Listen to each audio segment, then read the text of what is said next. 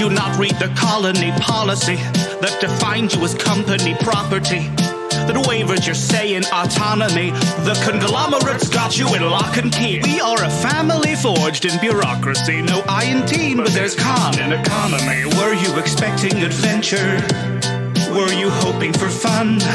My friend, you're indentured and pleasures exempt from your tenure, so venture back down to your slum. You should have read the fine print, my friend. Should have read the fine print. You should have read the fine print, my friend. Should have read the fine print. Greetings and salutations. Welcome back to Manapot Studios. I am, as always, Karen Russmore, he, him, and I am the GM for All That Glitters Explodes, where I take these crew members on a Starfinder Adventure Path. And as always, I'll let them introduce themselves, starting off with Flimsy. Hello, I'm J-Station64, he, him, playing Flimsy the Dwarf Mechanic, also he, him. Flimsy's a little bit worried about flying into the heart of civilization in a stolen ship. Hi everyone, I am Krifu Bernal, playing he, him are my pronouns, and I'm playing Yeva, whose pronouns are she, her, the Sarkeesian Witch Warper. She is, I think we saw her last time, really leaning into her magical abilities. And she, I'm curious as to just how far that will go with her. And Trix. Yeah, I'm Crit Commissions, pronouns are they, them. Playing Trix, pronouns are she, they. She's just happy to get back to civilization. She's happy, she's having the time of her life. And finally, Jahir. I'm Retro Jed, playing Jahir, a Kasatha soldier. Pronouns he, him. He's feeling pretty good this week, Jahir. He's had some good parenting tips last week, and he feels positive. So. All right, and to start us off with, we're going to go with Pack Facts, and this week on the Vescarium, introduced by Krifu. All right, yes, as Chiron said, this week's Pact Facts is about the Vescarium. The Vescarium is a militant interplanetary empire located in the Gavaniska system. The Gavaniska system is the nearest inhabited solar system to the Pact Worlds and is named after its dominant species, the Vesk. That's the first line of the wiki. The Vesk are, of course, the big lizard folk that are quite commonly seen throughout the Pact World system. Interestingly enough, Triune's Signal, the divine event that granted the knowledge of drift travel to many cultures across the galaxy, which occurred in 3 AG, 3 years after Gap, did not actually reach the Vescarium. And it wasn't until 12 AG that explorers from our system made first contact. Things started off well, but relationships soured until the Vescarium invaded Triaxis in 36 AG, so about 20 years later, starting what is now known as the Silent War. It was silent because there was no real... Besides that first invasion, there were no real invasions, mostly just border skirmishes. For about 250 years. This war is what led the various planets of the Golarian system to unite into the government we now know today as the Pact Worlds. As I said, this Cold War lasted for the next 250 years until both the Pact World system and the Gavaniska system were invaded by the Swarm. Ooh. And were forced to call an armistice and a truce. Trade today flourishes between the two systems, although the relationship between its two governments remains strained. Apparently, lots of Vesk in the Gavaniska system are uncomfortable with the peace and wish for war. It makes me wonder, like, we see lots of Vesk here in the Pact Worlds. It's been about 30 years since the war ended, which means there's a whole generation of Vesk who have grown up in the Pact Worlds. They are Pact World citizens.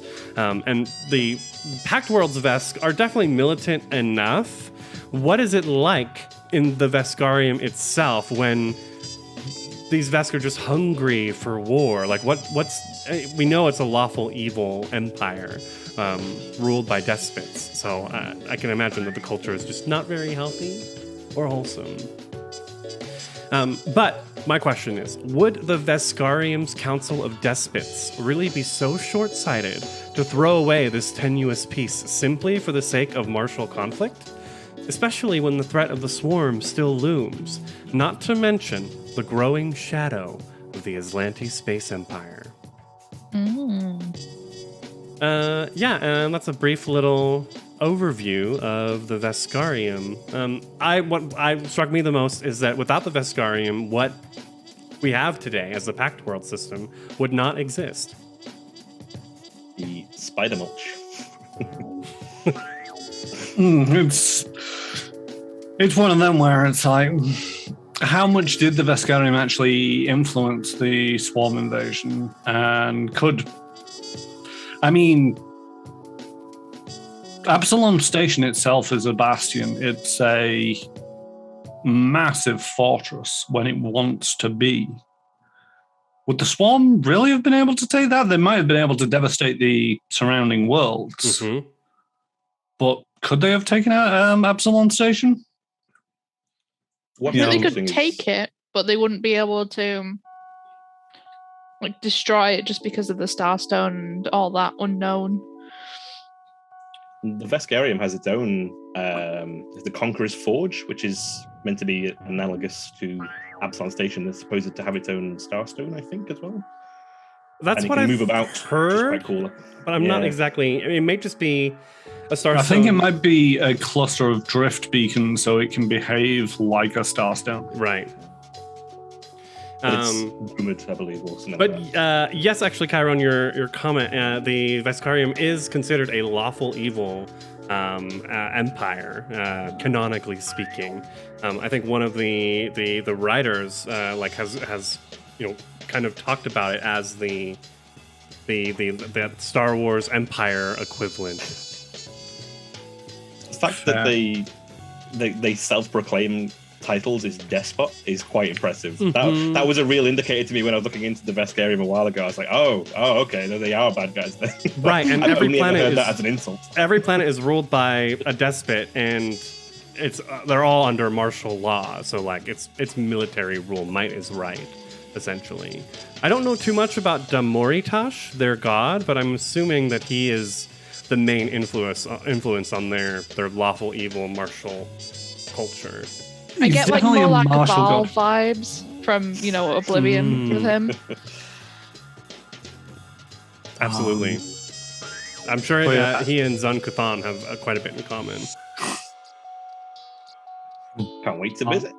The thing is, the Vesk aren't the only species of the Veskarium.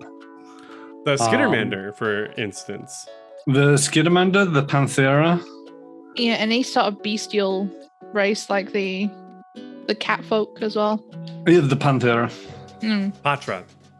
That's the one. Names, it sounds like panther. I don't know about Vlakas. Are they part of the Veskarium? I think they are. I think their planet is in the Vast. Who's the Valaka? The doggos. They're vast. Because they come from a dying world.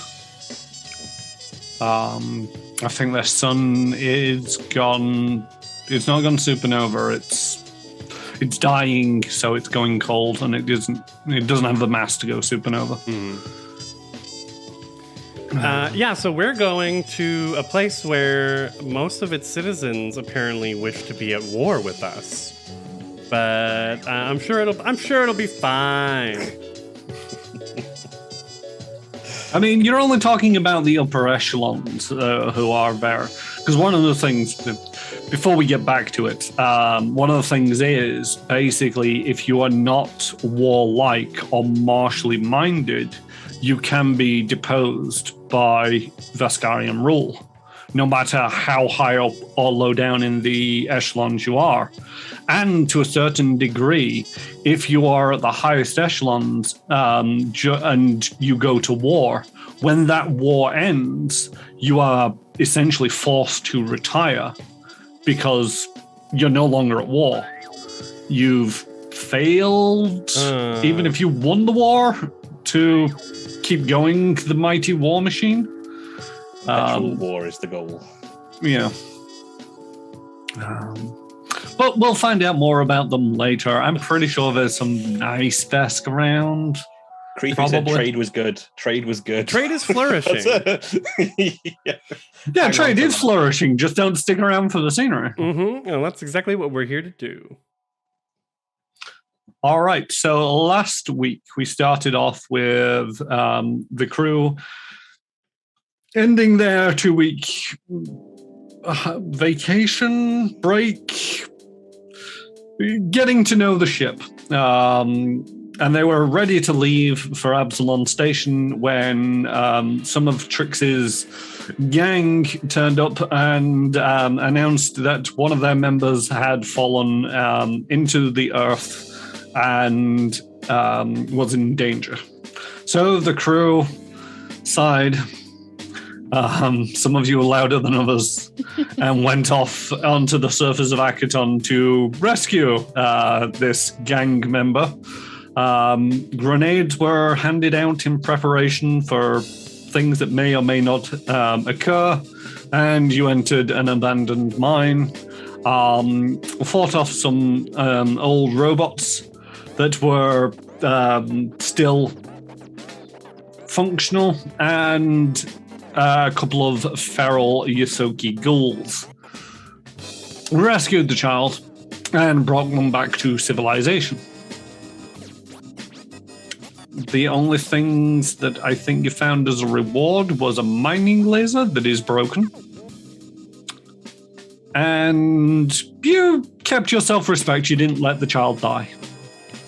I'll get bitten. Or get bitten. We got experience too, I'm pretty sure. Yeah, sure, you got experience. Life experience.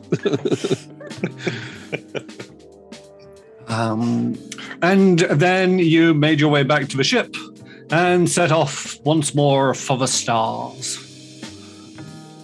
That's the plan. Where you heading? Absalom Station. Well, we're technically heading to the Armada. Yeah. And bussing over, I think. Oh no, we weren't. We were parking. We're giving a phone call to our good friend. You're letting Tarika know that you're on your way? Yeah. Aye. Who's flying? Trix is flying. Just check. I have to ask these things. I was about to be like, I am not. Trix is flying with a trusty co-pilot Exit. As Exit is just like wobbling along the dashboard and just eating at anything that isn't nailed down. Like the children, really. Make me a piloting check. Piloting check. And then roll me a d6.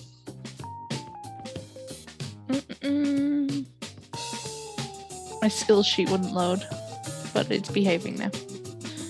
Yeah. Piloting roll is a... That's not the right roll. It's not. 15 plus... 15 plus 12. 27. Yeah.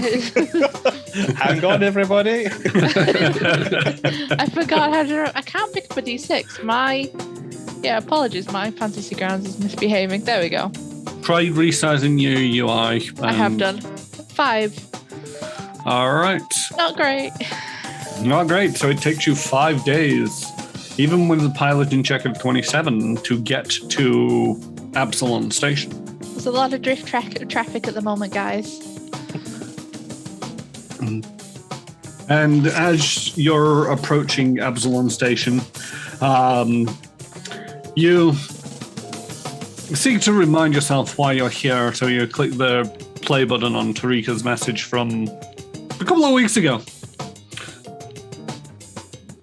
Well, this isn't exactly what I had in mind when I said I was fixing to go independent, but I'm glad you made it off that rock without too many bullets in your brisket. And hey, St. John shirked on the deal, so y'all are the proud new owners of a cargo hold big enough for a stuffed Nissolral? Anyway, book it to Absalom Station. I found a job that'll light your Doshko. That'll light your Doshko. Ooh. I like that. That's how Tarika's getting saucy over comms. And as you begin your approaching Absalom Station, Were we parking out in the? We're going to get an Uber in, wouldn't we? are you getting an Uber in? Because I'm getting mixed reports. So, Trix, what are you doing? Are you parking in the Armada, or are you? We're packing in the Armada and radioing in at the moment because, for all we know, Tarika has cargo that she wants us to pick up, in which case we're going to have to park in Absalom. Okay. But the minute the Armada's a good place as any. Lay low, keep our heads down. So, after a short while, you get a buzz on your comms. Yo, Hi, how's it going? pretty good. We've been lying low, keeping off the grid. Yeah, probably wise. So, are you around Absalom Station? There's not very much lag on this. Yeah, we're currently orbiting Absalom Station, so we are very much around. Oh, good. So yeah, I've got this job for you. If you want to meet me on Docking Bay 87, I can give you the details there, or do you want the details now? It'd be better if you saw it. Oh, Do we need Was an to it? haul anything? Of course you'll be hauling things. What kind of trade vessel doesn't haul things? From Absalom or? Yeah, from Absalom to the Vescarium. Well, I guess we may as well Let's park there, park. I guess. right. Yeah. We should park. Tarika, and Yeva's big head pops up. Are we FaceTiming? I feel like we're FaceTiming. We are FaceTiming. You're We always can FaceTiming. Her big head pops up. Tarika, is Zopin nearby? We could use extra set of hands. I'll check in with Zobin. He might not be available, but we'll see how it goes. No, Right, who's but sniped our best chef? well, we'd like to rehire them. Are they've been working presumably? I mean, they have their own little food truck. Aww. Oh. Food truck. All right, we'll see. Maybe we can eat at least before we leave. Yeah. Please don't ruin my overinvestment. Oh, good for you, Tarika. Branching out. I respect Oh, that. that's awesome. All good food trucks need a good witty name. What did he come up with for that one? Zobins. Just Zobins. Sobin, just Sobins. That's a good name. That's so Zobin of him.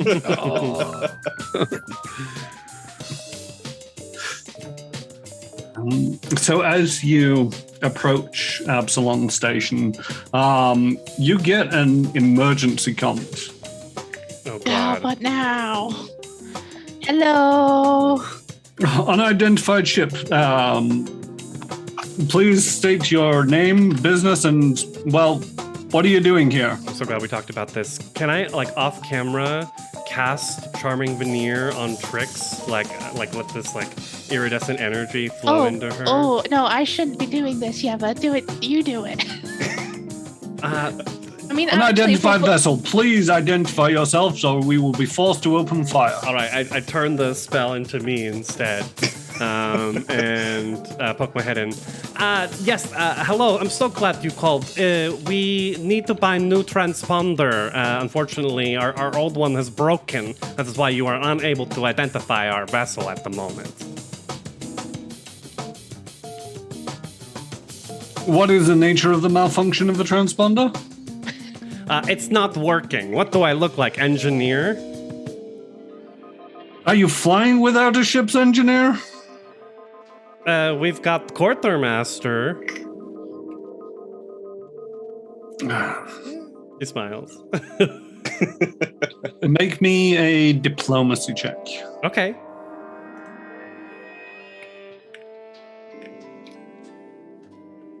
Diplomacy. 28. That would be this is 26 if it was a bluff. I mean, 20 anything at this stage is probably going to get you past. Okay. And so this is highly unusual. Those things are fairly resilient. All right. Granting you emergency docking clearance at Bay 95. That is 9-5. We're not going to be able to guide you in on this one. But please get that transponder issue resolved as soon as possible. Right away. That was first thing on my list. Absalom, station out. Bye. Okay. Well done, Yeva. I mean, that was easy. 95 wasn't where we wanted to go, but I suppose it'll do. Maybe Can't once be we that get far new away, surely. transponder, we can move ship. I mean, to a certain degree, each bay has one ship parked in it, and Tarika one ship. Meet at 87 for reasons. Okay, interesting. Occupied. There's an occupied sign outside 84 as we're flying by it. It's a St. John's just staring at us from inside from the bay window. All right, I'll take us in. Can we drive past the bay and see if there's like big golden ship in it? Hopefully not. Yeah, you can do a bit of a sort of like lazy route round and have a quick look. Trix, do you want to do that? I mean, you're flying the ship. Yeah, no. If they wanna have a nosy, they can have a nosy. So as you sort of like pass by this area of docking platforms, you can see that it's got a very dark aesthetic to it, where most of the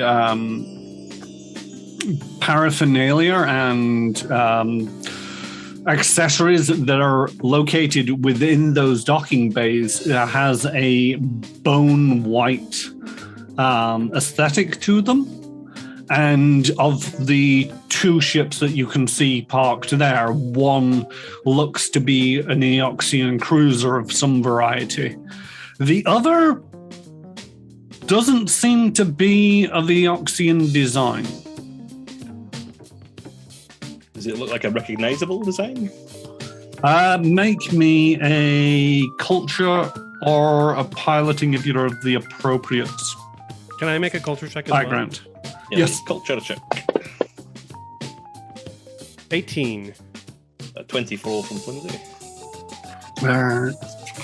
You both recognize it as a Versailles, I believe it is. Versite. What's that? Versailles. Oh, Is it an Aether ship? No, that's a little old school. Yeah, it's a Versailles styling. Flimsy you recognize as a Starliner. So essentially a cruise ship. cruise ship. Oh my god. Has Tarika lined us up working on a cruise? Whoa. Rich people ride cruises, right? Rich people do indeed ride cruises. It's a good shout. Although some cruise ships are large enough to have a cater for a variety of budgets. Don't even think about the tricks. I've always wanted to go to Versailles. It was the first language I learned as a kid because I was just so enamored by the planet. I've never been able to go, though. I mean, that's assuming we're not working for the Eoxian ship. How do you feel about that? No I real have nothing complaints. against Eox. I was just wondering if Like, because I know don't the Sarkeesians and the Yoxians like not like each other very much, or are you cool? We do trade. I personally, I don't have any major issues with them. I guess one could complain because they, blew up our planets, but Who holds grudges? Am I right? I just don't know. That had nothing to do with me. So, Yeah, that was either pre or during the gap, I believe. It was so long ago. I have no idea. Yeah, it's been generations since, though. Unless you really want to hold a grudge. Well, some do. I just wanted to see where you stood on it. No, I know exactly what you mean. Some plenty of them do. It's just not me. Old grudges aren't the way forward, Yeva. It's a smart thing to think. Mm-hmm. I can fire up the cannon if you want to start a new grudge. How does Jahir feel about working for the undead? Jahir doesn't know what a cruise ship is, so he's still stuck on that. Is cruise another word for war? Yeah. I mean, troop transports and what is it? What is a cruise ship? Is it different than Why a has it got some cruiser? pretty things on? People go on unenjoyable trips. It's like a hotel or a spa, but floating through moves. space. Aye. So they can kill people with better No. rest? Well, I mean, I guess they could technically, but it's not usually why they do it. It's usually for recreation and enjoyment and all that business. Lots of money exchanges hands. No, I don't get it. No. Why would you want to go on a ship to somewhere to not do something that involves injuring, killing, or a job? That's not everyone's cup of tea. Like, it's clearly yours, and that's cool, but not everybody. It's like, people don't, like, the vast majority of people just like to, party. And it's like that party we went to on the horse eye, where people just stood around and drank and talked. Oh, with Richard and Sue. I miss With Richard and Sue. So just imagine that, but a giant, like a ship just full of that. A ship All the of Richard time. and Sue's. Full of Richard and Sue's, yeah. Wow, well, maybe one day we can go on a cruise ship and, see what happens. That sounds good. I'll pack extra weapons. Maybe we can wangle some tickets out of this little dealie, whatever's Tarika's got lined up for us. And you make your way round to the docking bay 95, I think I said that it was. You said 95, yeah. Yep. I remember things. And you land. Easy enough. I mean, I don't think Trix needs to roll every time to land and take off because, they are a trained pilot after all. In an environment designed to land and take off spaceships is kind of fair. Yes, it's kind of easier when it's designed to be that way. So, shall we go and hoof it over to 84, was it? 87. 87? I thought we were going to Zobin's Just Zobin's. Oh, that's a good idea. Maybe we should go check out on Zobin first, see how they're doing. Okay, where is Zobin? Bring up the Absalom infosphere and look for Zobin's Just Zobin's food truck. You get all kinds of hits on variants of Zobin. Make me a computers check. 29 from Flims. You manage to find Zobin's Just Zobin's. It lists the operating hours as well as sort of like the locations. They tend to move around a little bit. It's half a point in having a truck. Are you going to go see Zobin first? You know where they are? We can go and give them a visit, maybe, or... Tarika didn't seem to be in that much of a rush, but I suppose the longer we're on the station, I would rather keep my head down. If you want to be, it depends how professional you guys want to be. I mean, I could go for whatever it is Zobin's cooking up. What he made last time was delicious. Let's at least go, because then will know if they want to come work for us. I'm guessing not now, but it never hurts to at least give the offer, right? Exactly. We find out what the job is, and we can always discuss it over some hearty some Zobin grub. Whatever it is I hope they're it's not making. Zobin grub. We also need new transponder. Don't want to run into this issue anymore, and it's best then we can give our ship new name. That's true. Maybe Tarika might have a line on someone who can sort that out for us. Mm-hmm. So, should we go find Zobin? Right. Let's go. And bring up Spoogle maps and navigate the way to Zobin's. I'm gonna message Tarika, say we're running a little bit late, but we'll be there soon. And, I've forgotten what the main plaza in Absalom Station's called. The main plaza? It's been called Zobin's now, I think. Zobin land. Aggressively expanding. I used to know. It's one of them. It's all I should know this because it's, it's where the Blue Rise Towers is located, but it's the Blue Rise Eye. Towers is in the Eye. That's it. There's the eye, the ring, and the arms. So over top of Absalom Station, there's a massive sort of like plaza that covers the entirety of the station, where it's one of the few places where it actually lets in natural light, and in around that there's sort of like huge skyscrapers and other buildings, and you go to the Eye, and it's not in the most influential sectors near the Blue Rise Towers, but it's respectable enough. There's a park nearby, lots of green. Is this the place that's always depicted at the top of Absalom Station? Yes. Yeah, cool. It's nice to be able to see the stars. I wonder who Tarika and Zobin had to kill to get a spot like this.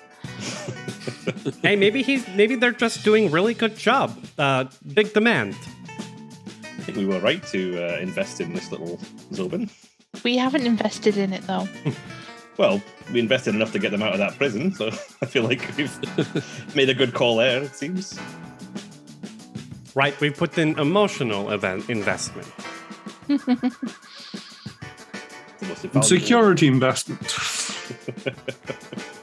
And yeah, you come across Zobin's little food truck. Is a little bit glamorous of a name for it. It's more of a sort of like cart attached to the back of a tuk-tuk.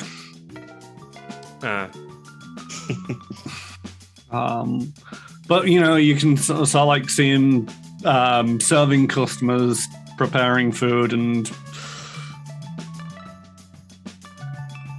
manning a food truck.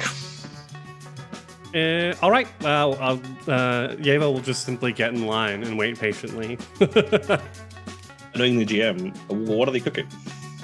They are cooking a Shirin Absalom fusion. So it tends to be more what you would think of as human food. But at the same token, there's a twist where it's like garnished with sort of like bugs. I can't think of what Shirin food is. They're bugs, they must eat bugs, right? That's how it works. I was Call it hoping for Wrigley some like chips. takoyaki, but with grubs in the middle of it. But I guess he's not at that level yet. You could put forward the suggestion. Mm. Yeah, Flimsy will get on the queue. It's a reasonably busy queue. It takes a couple of minutes for him to serve the people in front of you, and then he looks up and then looks up yet again because Yeva's at the front, and he's like, Yeva. Don't forget, Zobin's they them, the neutral gender. Yep, sorry. Hi, Zobin. Well, we're back. Sorry for keeping you so long. We didn't intend to be away that long. You seem to be doing all right for yourself. I mean, yes. Tarika didn't like me lounging around and not doing much, and asked me what I was good at, and I say cooking, and they bought me this cart, and I've been working pretty much ever since. It's hard work, but Tarika manages to find me some good supplies, so there's that. She's a pretty good manager. She's always good at putting people to work. So how's business with you guys? And are you ordering something? Yes. We'll have one of your specials. 4 of your specials. Even. And then whatever that is as well. Ooh, that, are you sure you want that? I am sure I want that. As long as it's not got any metal in it, I'm good for it. No metal. It's just not usually accustomed to your palate, but fair enough. And they serve you your food. And they tell you how that they've got a little apartment here. Rent is okay. It's not great. It's fairly close to the downside. So, they don't really keep much in the apartment just in case it gets broken into again. But, the food truck is kept somewhere safer. Tarika insisted on that because, investment. A lot fewer hobhounds, I'm sure, though, than your last gaff, I guess. Oh, yes, I've not been punched once since I got here.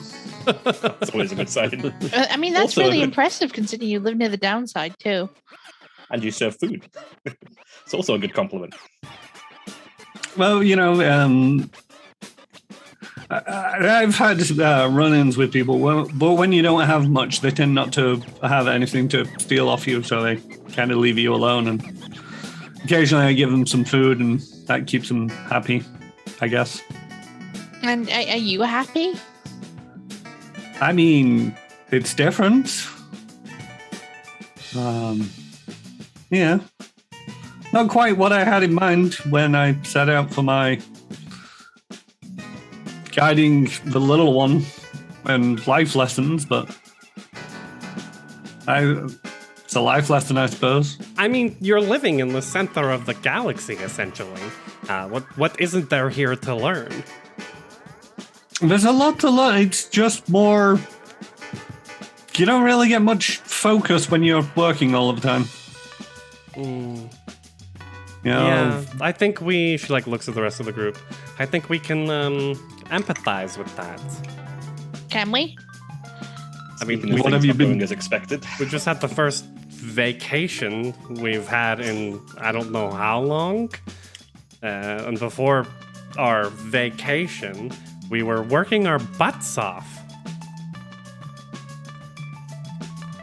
Were we? I was. Tricks.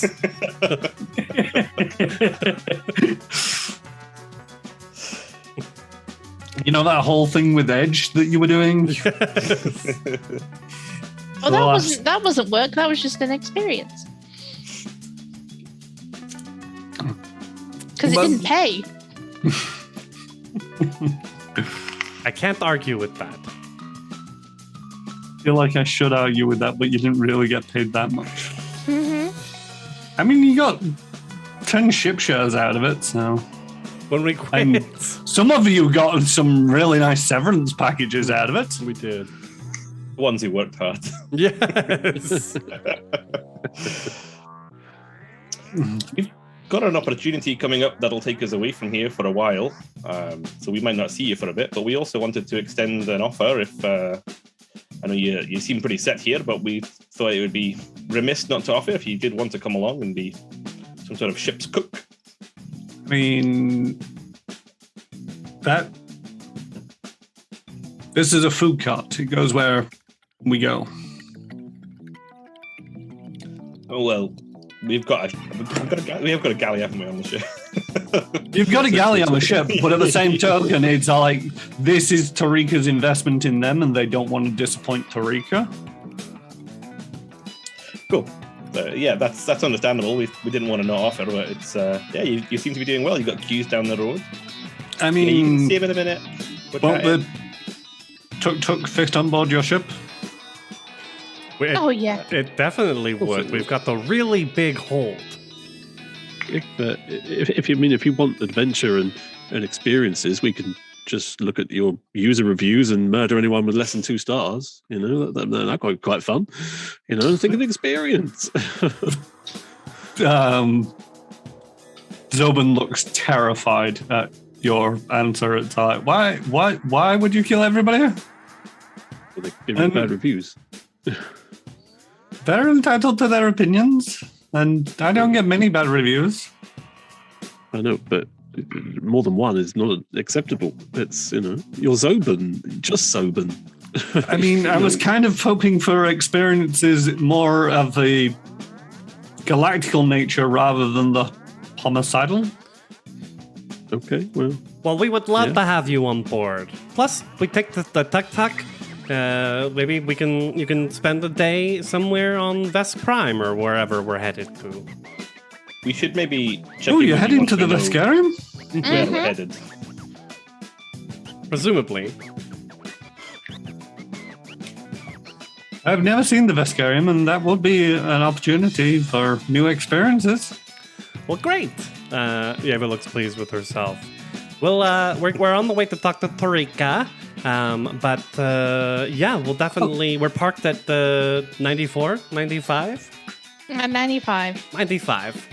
So when you're done here, just roll your way over there. So yeah, if you clear it with Tarika that I'm allowed off station with her investment, that would be grand. Mm-hmm. Zobin looks terrified at the prospect of the talking to Tarika.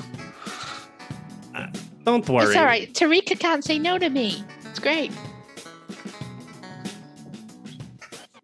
Okay, well, yeah, here's my new comm number. And when you're good to set off, give us a call and I'll come up to Bay 95, you say? Mm-hmm. 95. Yeah. Sounds like a... Softy. Don't worry about it. You haven't tried to pay or had her talking to you without paying rent. She's always carrying that wrench. Always with the wrench. I knew she was evil from the start.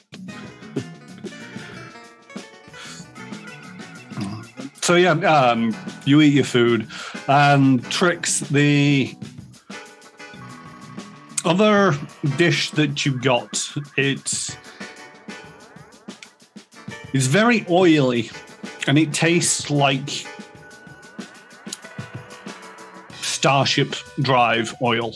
Oh, I said no metal. I suppose it's not metal. Gonna eat it anyway. You're gonna feel that pass through your system, but at the same token, it's not poisoned you or anything. You just know that you've eaten it. Ew. So, does Zobin have a sideline in refueling, or does something eat that? Androids eat it. Something eats it. I don't know. I'm making this up. I mean, in a universe with a humanoid-sized slugs, humanoid-sized moths, coral folk, God knows how many variants of robotic creatures, undead creatures, many different variants of beast folk, several variants of humanoids in a variety of shapes and sizes. something's bound to eat it. Also lizard folk. I'm gonna stipulate those human-sized moth people you can't play as. Well, not those humanoid moth people. There is a different humanoid moth people that you can play as, but they don't have the same aesthetic. No, they don't. Anyway, let's go see Tarika. Mm-hmm. Yes. So you make your way to Docking Bay 87,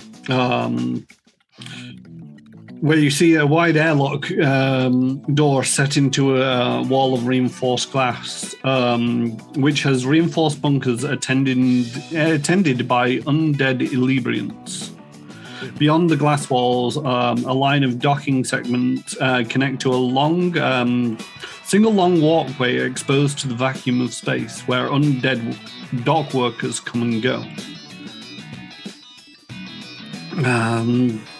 While most of the vessels docked here have ashen hulls resembling monstrous rib cages. You see one, a destroyed luxury liner bearing signs of battle damage, languishing in a nearby segment. It's damaged. Oh. The back half was fine. The front half has been shot to pieces. It looks like. Flimsy, now that you've gotten closer to it, you recognize this as an Opulus drift cruiser. Do I know what that is? You do know what that is, but you'll need to look it up because I don't have much more details on this. But if you look at Starfinder Pack Worlds, page 161. Oh, I spelled it right. Check that out.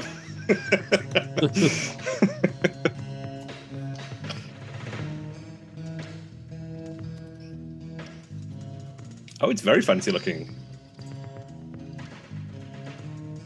Can we tell what might have caused the damage? Or Not from this distance, but as you approach, you can see Tarika in a spacesuit. She's probably got one of them goldfish bowl style ones for full 360 view around. like the squirrel from the SpongeBob SquarePants, Sandy, whatever it is.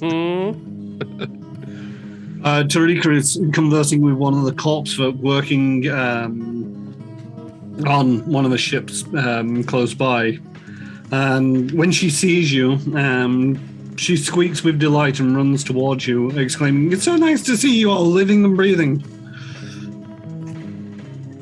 And she invites you. Hello.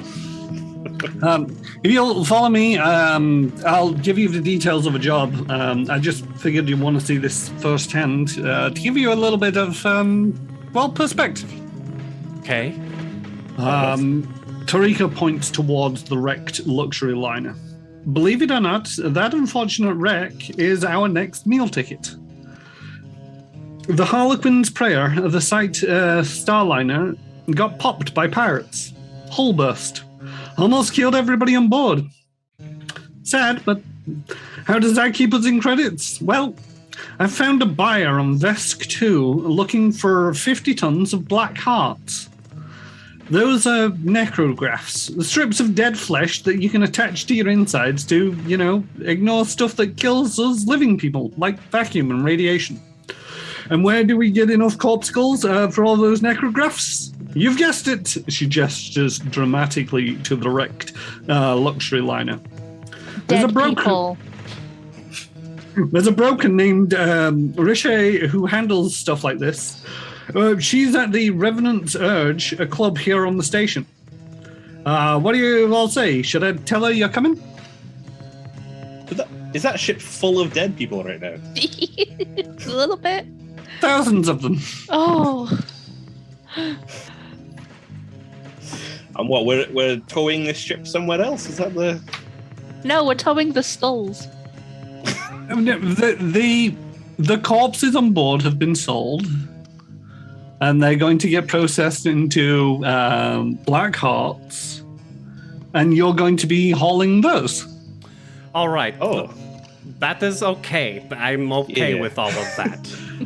I wasn't up for retrieving anything from these things. That was I too was worried about that. Can you imagine all the loot though? There's probably some swanky people on board with some really nice stuff. Did we step out on the spacewalk? Are we like out in space now? Yes. You're in a vacuum. Yeah, so I think Yeva's wings have popped up, but they're just kind of like hanging limply behind her in their gold, ethereal form. Yes, like if oxygen makes them appear. Trix just like waving her arms through. They're trailing behind you like a long cloak. She like giggles as Trix's fingers like move through it a little bit. It tickles her. Ooh, you shouldn't have told me that. Right, okay.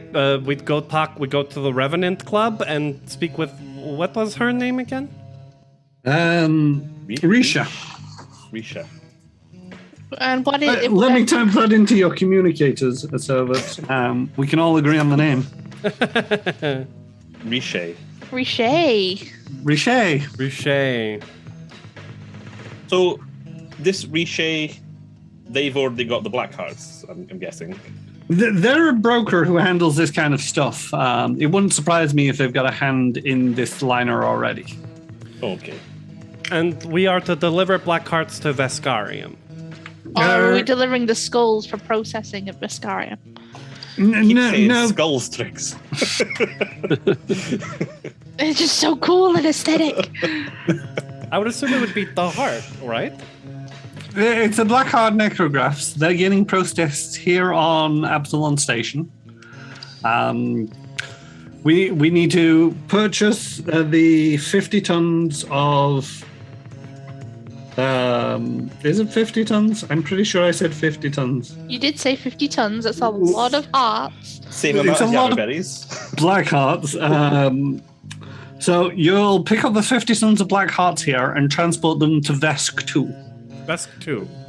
Yes, right. The exact location of Vesk 2 I don't know yet. The contact's being a little bit elusive about this. It should be fine, but they don't want to give their exact location until they know that we're on our way with the hearts. I mean, I don't blame them. I kind of look at Tarika and like smirk a little bit. And this is mildly illegal. Is it? It's a little bit. It's legal in most packed worlds. I mean, it seems totally legal to me.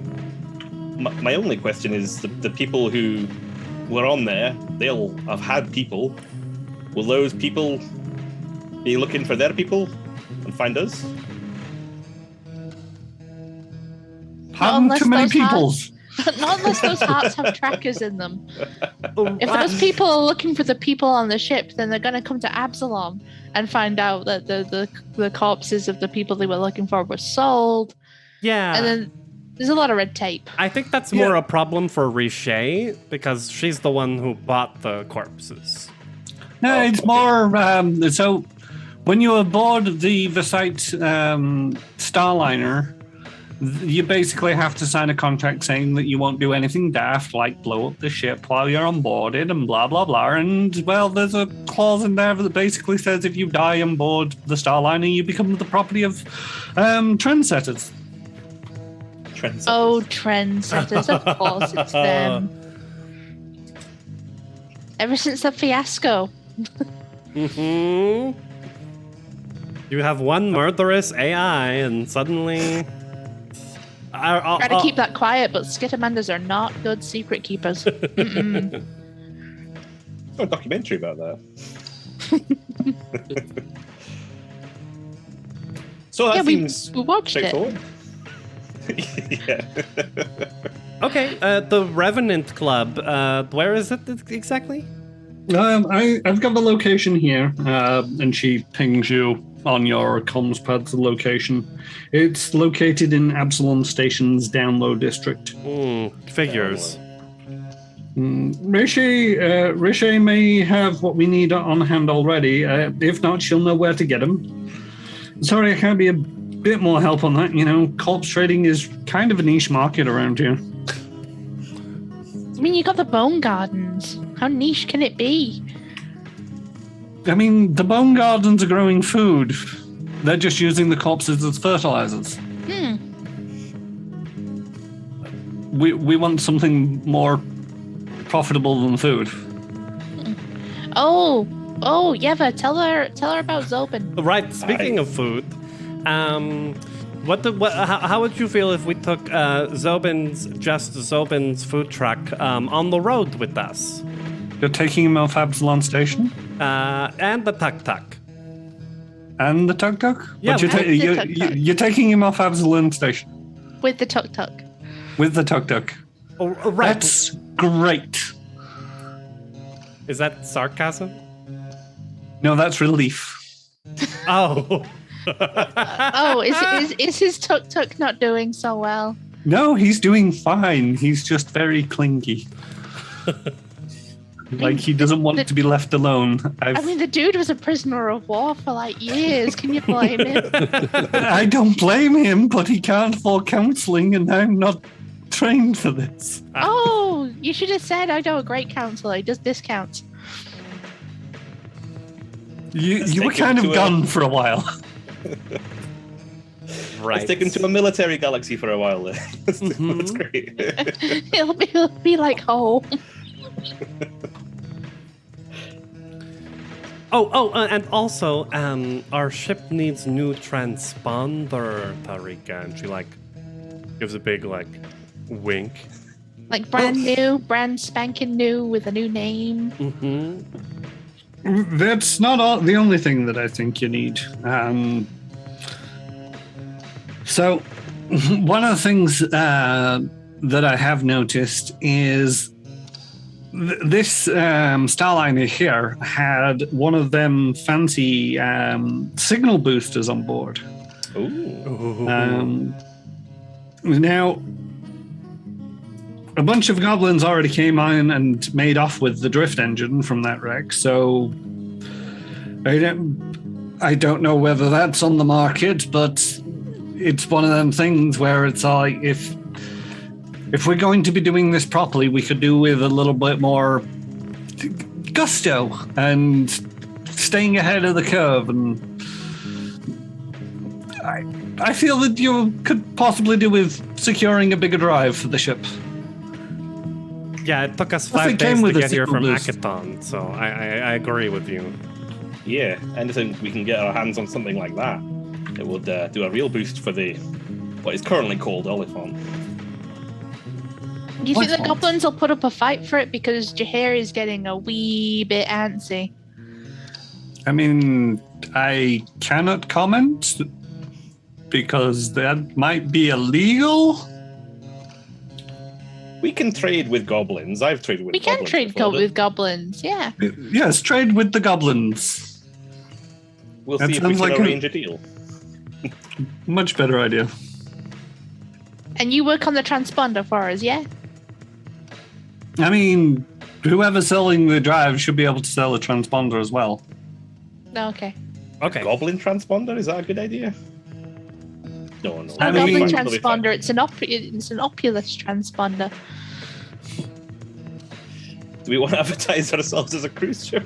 No, we rejig it, so it's us. It's whatever the ship's gonna be renamed to.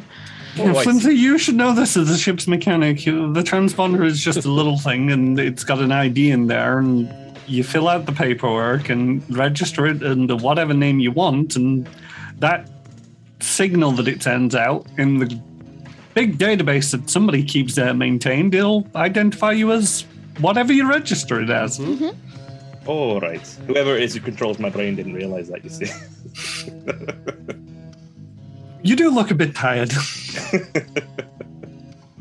I don't know why. 5 days in the drift, Flimsy. 5 days. One thing Flimsy wanted to do, actually, in the drift over on the way here was I was going find to say, did anybody want to do anything? I forgot to. the drift, like a null space chamber you can close.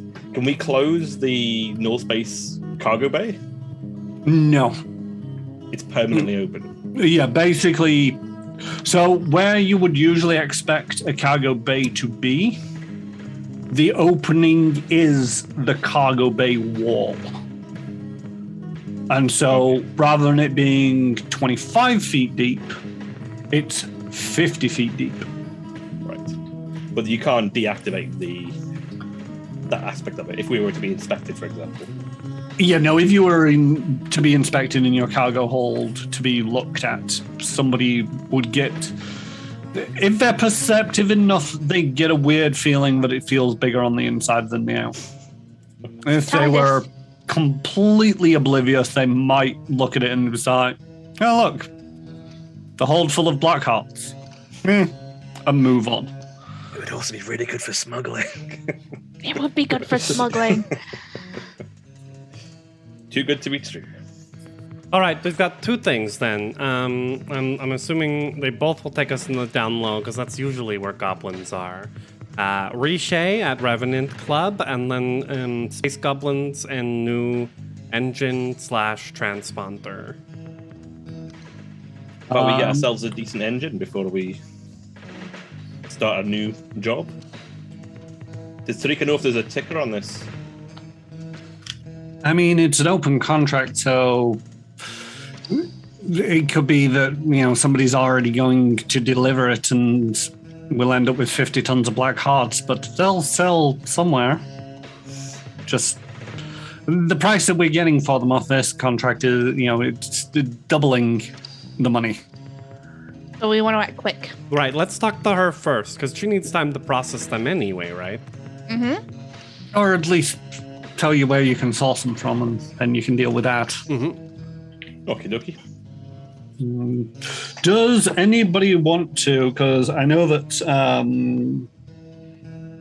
nobody wants it. Yeva. No, Jahir. I will get names right eventually. Probably not. Jahir wanted to take a quick look at the ship. Yes. Well, investigation around it.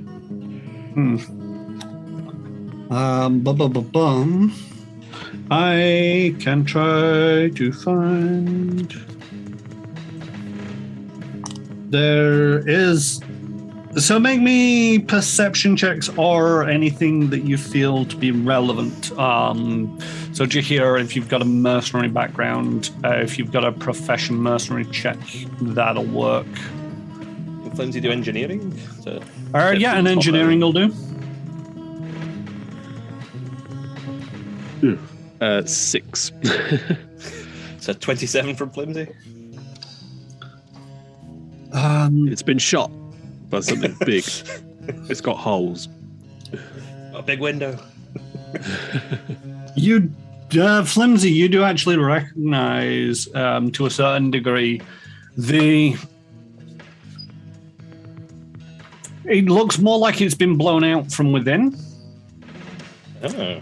And yes, that's possible. If it pierced one side of a ship and blew out the back side of a ship, then that's a possibility. But you don't see any entrance point to justify such a large rupture on the exit wound as it would be. It could be mechanical failure, or even something went sideways on the ship itself and blew up from the inside out. I think it was an inside job, like someone sabotaged it to get the black hearts. It could be sabotage to kill a bunch of cruise people. It seems a bit harsh. I know people go on cruises aren't the nicest folk a lot of the time, but still, it doesn't justify blowing the ship up. I mean, I wouldn't look into it too deeply unless your moral compass starts to play up again. Yes, we wouldn't want that to happen again. Hey, Zobin's doing well. Yeah, he's doing well, but we actually want this job. Uh-huh. Let's get over to the Revenant then, shall we? Well, I was also just going to ask, while the boys are taking a look at the ship, do you want to do any kind of diplomacy to ask around about things?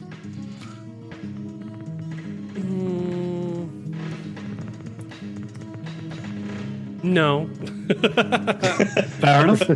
She's just like, That's a lot of thought. okay. She's just kind of like letting her wings, float a little bit, and then thinking, let's go talk to Riche. Like, I want to go straight to the boss. Yep. You make your way to the Revenant's Urge. Revenant's Urge. It's subtle. I like him. The Revenant's Urge aesthetics combines the haunting and traditional with ultra-modern and chic. The building resembles a macabre cathedral decorated with a towering spire at each corner and flying buttresses, pointed arches, and ornate columns of onyx and black marble. The entrance is an oversized door of coppery metal framed by pillars of bone and adamantine, and the rib bones of a giant undead beast.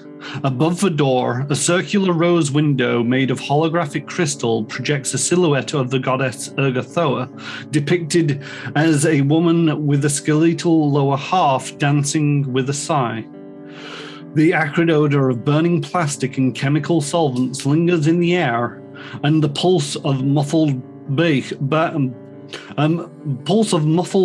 throbs behind the door. Never been to All right, let's go. Never been to an undead club before. Oh, dealing with the undead. They're always as subtle as this. And they just give me the heebie-jeebies. I like that they lean into it. Suppose there's no mistake in them, that's true. I hung out stars about this? with a girl in high Right. school who worshipped Ergothoa just to be cool and edgy. She partied a little too hard for my taste, although we all did. It's not her up in the window, is it? Unless you see any skeletal Sarkeesians here. It's difficult to tell when it comes to skeletal. Well, they would be about 12 to 15 feet tall. Yeah, that's true. I'm looking around at the doorway. All right, let's go in. The double doors open to a vaulted hall, 7 floors of open balconies overlooking a crowded dance floor, along with 1 or more floors at the building's summit. Giant speakers blare here, hypertronic sludge house. Floating above the crowds of dancers, undead dancers whirl about in hover cages while brandishing bladed weapons or caressing dangerous animals. The patrons themselves, mostly undead, writhe and contort to the music, illuminated by flashing strobes. A few clubbers jump from bungee cords tethered to the upper floors, their silhouettes bouncing in and out of view. Each of the 4 spires that anchor the building contains a lavish elevator, with walls made of holographic crystal. And they'll look up at the bungee jumpers. It's a little much, don't you think? Oh, something tripped on me. Oh, God.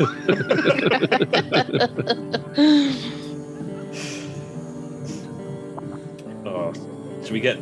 Do they drink here? Is there drinks?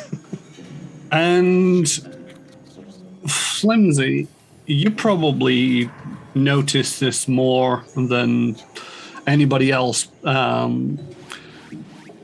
As you saw, drifted your eyes up to the vaulted ceiling, you see a robot Squonix near the entrance rise up on its hind legs, look at you, the lot of you, for a moment, and then scamper off towards, well, the bar. Robot squongs. Interesting serving staff they have here. Does anyone know? Has anyone ever seen a robot squonks before? No, but it's pretty cool though. Why? Well, just so one scampering. Hey, there's one there. Just so one scampering away. Might go find out about that. That looks quite cool. Right, I'll look for Riche. I'll go get us drinks. Clear Yeah, liquor, if I can, please. find Oh, this dangerous. mecha squawks. Jahir, what are you doing? I think he's just overwhelmed by everything. He's never seen anything quite like everything that's going on around him at the moment. So I think he's just going to follow along with Flimsy. I think just see what's going on. And so, Flimsy, you are following the Squonix. Yes. And that headed to the bar. Trix, you're heading to the bar. Jahir, you're following Flimsy. And Yeva, you're doing what? Sorry again? Looking for Riche. So she'll follow the party monster strategy of going into clubs, clockwise around the floor 3 times to make sure that she's seen and it can see.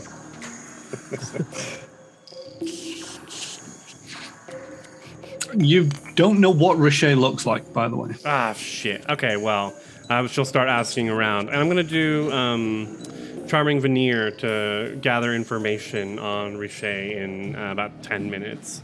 I think that's how long it takes. Yep. So, well, you just settle on the details of that. Flimsy, Trix, and Jahir at the bar. You see this individual. Oh, yay. That the Squonix is basically sort of like bounded up to and is sat on the bar top next to. They've got a tool belt on them. It's a fellow mechanic, maybe. Is that a cake is a lie t-shirt? I was just trying to work out what that was. It could very well be. Is this your mechanical squonks here? It's quite adorable. This is Digit. Call me Dizzy. The Dragonkin looks around at the gothic ambience of the club and raises a drink to their muzzle. First time in this place? It all seems a bit much, like they're trying too hard. Here on the weekends, the people bungeeing down from the 7th floor do it while laser turrets open fire on them. Sounds fun. Can we sign up? It sounds good. Oh. I mean, they're just really leaning into it, and I'm kind of here for it. You took the words out of my mouth. It's Dizzy, not Digit, wasn't it? Sorry. I'm Dizzy. That's Digit. You took the words out of my mouth, Dizzy. It's a bit much, but I guess we might have stood out a little bit as newcomers here. What brings you to such a bar? I mean, I could ask the same of you. What brings you here?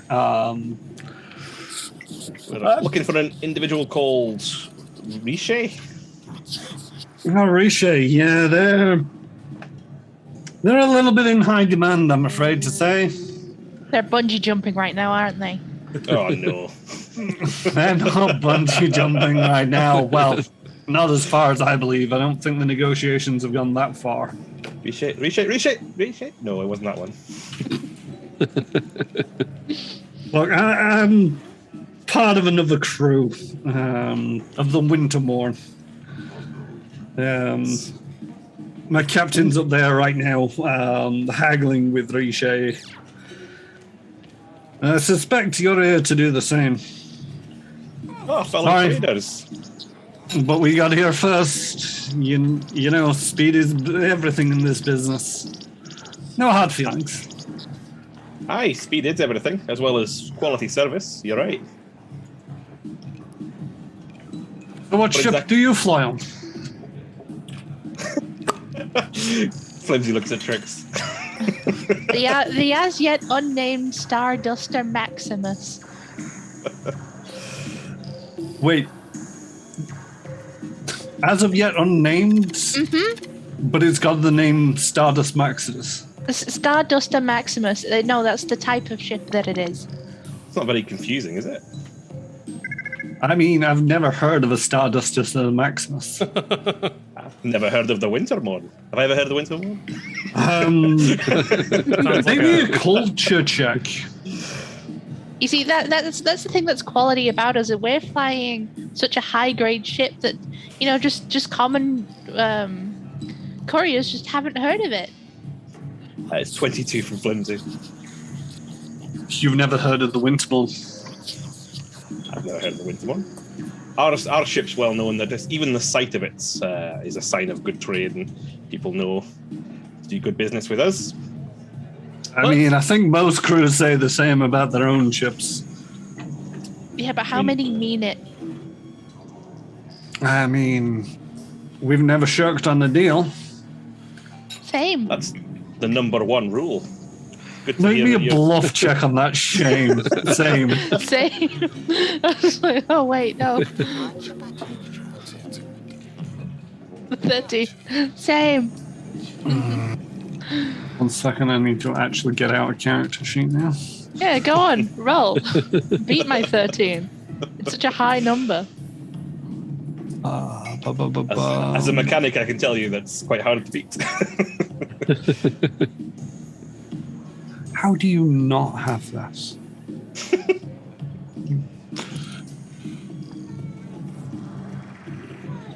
They just nod in your direction. They don't give you the side eye or anything. So, from crew to crew, how about I buy you a drink and, seeing as though you're looking out on this deal, I guess. Well, don't rule us out yet. We're always up for a bit of friendly competition. But I'm also always up for a drink if you're offering. Hi. And they get you, they get a round for the lot of you in. I would like to comms Yeva and let them know that Richey is on one of the upper floors, currently mid-deal. I'll make a Is pass he- by. Does he point to a floor or indicate a floor, or did he just say upstairs? I think he just said upstairs. He's just said upstairs, Her yeah. strategy Yeah, basically was to like go clockwise Spiral. from floor to floor to floor to floor to floor. I mean, she's gonna stand out. Her and Dizzy are probably the only two large people in here. Good wing. Oh no, your wing's on here at the moment, aren't they? I don't know how many other large people there are, but we're large. And in charge. So yeah, they get you a round of drinks, and the flavor is intense. The alcohol, not so much. It's almost like polar opposites between the undead needing that strong flavor just to be able to feel anything taste-wise anymore, but also the fact that half their internals have shut down. It's not like they process alcohol very quickly, so a little tends to get them drunk for a long time. I like this drink. I don't really run much with this sort, but this is actually quite tasty. It's got a certain something to it, though, and I can't quite place it. So this Looks like wind. embalming.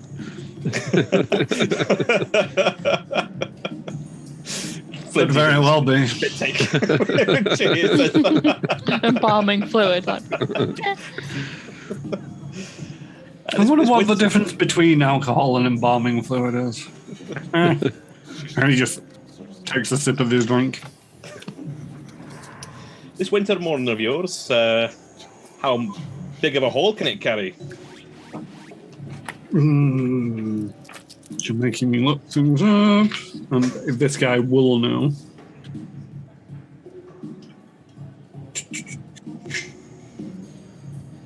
$50 tons, 55 at a stretch, if we pad out the sleeping quarters. Your ship is so tiny. 50's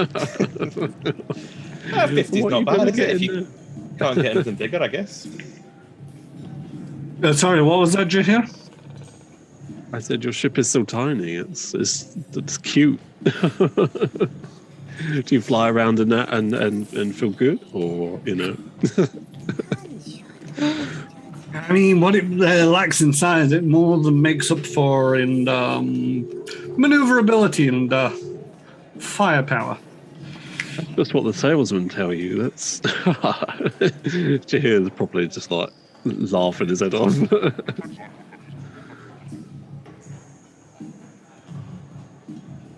An easy Also, octane drinks has gone to his head. He gets drunk real easy. Jackie, make me a diplomacy check. I'm super diplomacy. 6. I appreciate the banter as much as the next person, my friend, but don't diss an engineer in his ship, all right? It's only jest, my friend. It's and then I turn to Flimsy and I like to wink. It's all in jest, Izzy, my friend. Please, I have similar feelings towards my ship. The what was it again? Sorry, Trix. The as of yet unnamed. Yes, that one. Bit of a mouthy title, don't you think? Because it's not named yet. It'll be good, don't you worry. What's his name?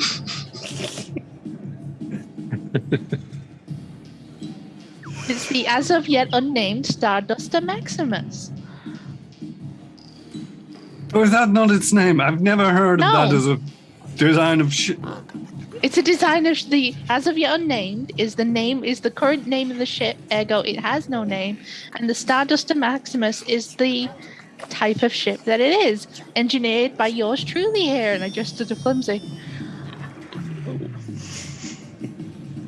Right. It's And not he that thought- hard to follow. Maybe you've had one too many. Maybe I have been here a little long. I wonder what's keeping up. Sorry. Your boss. Neva. Neva. Neva. Meva. Niva. Oh, she's probably talking to Yeva. No, my boss. Neva. Huh? They're not your boss either. Sorry. No, you see, because Yeva's kind of like our boss. I thought she said neither was their boss. Oh, my boss is called Neva. Your boss is called Yeva. Apparently. That's what we said. You said our ship name was confusing. Your crew doesn't know who's coming or going. I think you need to lay off the booze there. It's Can I pet your squonks? By all means, and the squonks sort of like just pretty much bounds up to you and curls up on your lap. Yeah, I ate something earlier I bet you would have loved. Did you craft that yourself? Sorry, go. Please don't feed the squonks. I'm not going to feed the squonks. I ate the thing. Yeah, he's not made for eating, but yes, he is my own creation. It's a fine piece of craft work. You know, raise a glass. Hi, and I note you've got your own cybernetics going on there. Aye, literally, my eye. Aye.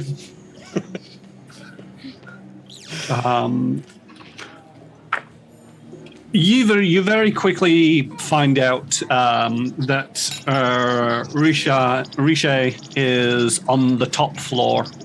It doesn't take you too long to find this information out. They're fairly well known in these circles, especially since you've got your charming veneer and accelerate these things anyway. Mm-hmm. You get pointed out, top floor, last confessional on the right. Ooh, gothic. They're not subtle. Right. So I will try and. Is there a way I can go by it and position myself so I can look in, but while also looking nonchalant? It being a confessional, you can't really see into the area. Okay. Can you go into the priest's side and have a listen? Get Neva's confession. Only 6 Interesting. foot tall. You can look over the top. I will try and I'll try and like not like subtly, stealthily walk up to it and like maybe see if I can't listen in a little bit. All right, make me a stealth check. Okay. What's my stealth? +1 for a 7. 7. Well, that's a number. There's a giant living, breathing creature in there. It's just you make such a striking silhouette, you know, in the strobe lighting as well. Mm-hmm. That's what we'll call it. Yep. And as you sort of like got inching your way to this doorway, trying to listen in, I'm trying to look for a number that doesn't seem to exist on this sheet for some reason. Have it on the other sheet. Where? It was a 1 with science. Heh. Sorry, having to look this up from the book. As a quick aside, I do like that Dizzy mentioned that speed is key or something like that. Yep. Son of a bitch. There you go. You've got a perception of that.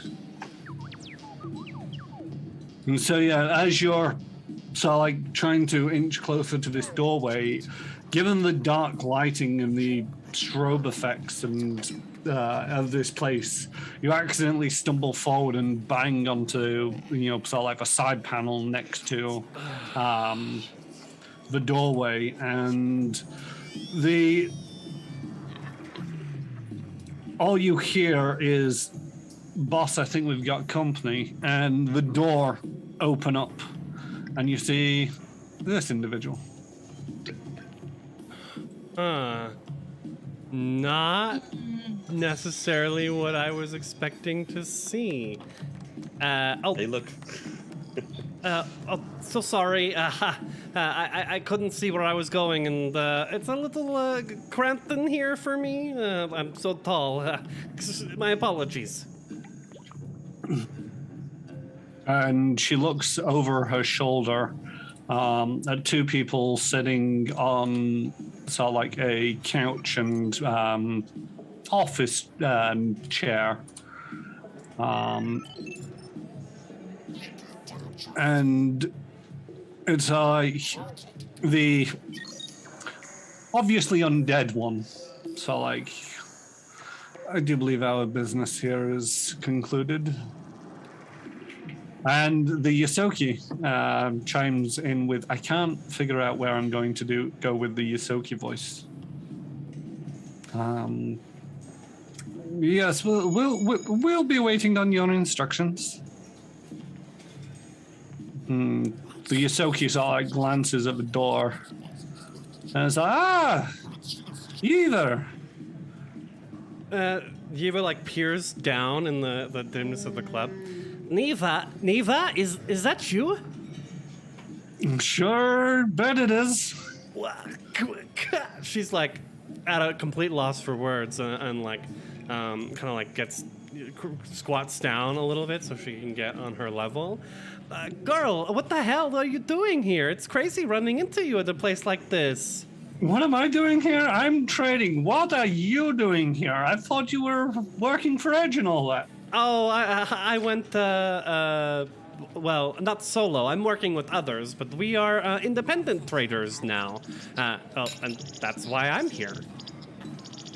Oh, I think you just missed the boat on this one, I'm afraid. No, you took the deal. And she looks over at Riche. Is there no chance for negotiations? There's always a chance for negotiations, but it's best if we do this in private. How about I fix you a drink and you settle this little reunion of yours, and then we'll get down to the brass tacks. Great. Clear liquor, please. And she goes over and starts prepping you necrotini. Necrotini, love it. Neva, wait, are you the boss? Sure am. I'm the captain of the Wintermort. The Wintermort. Okay, and yeah, you look.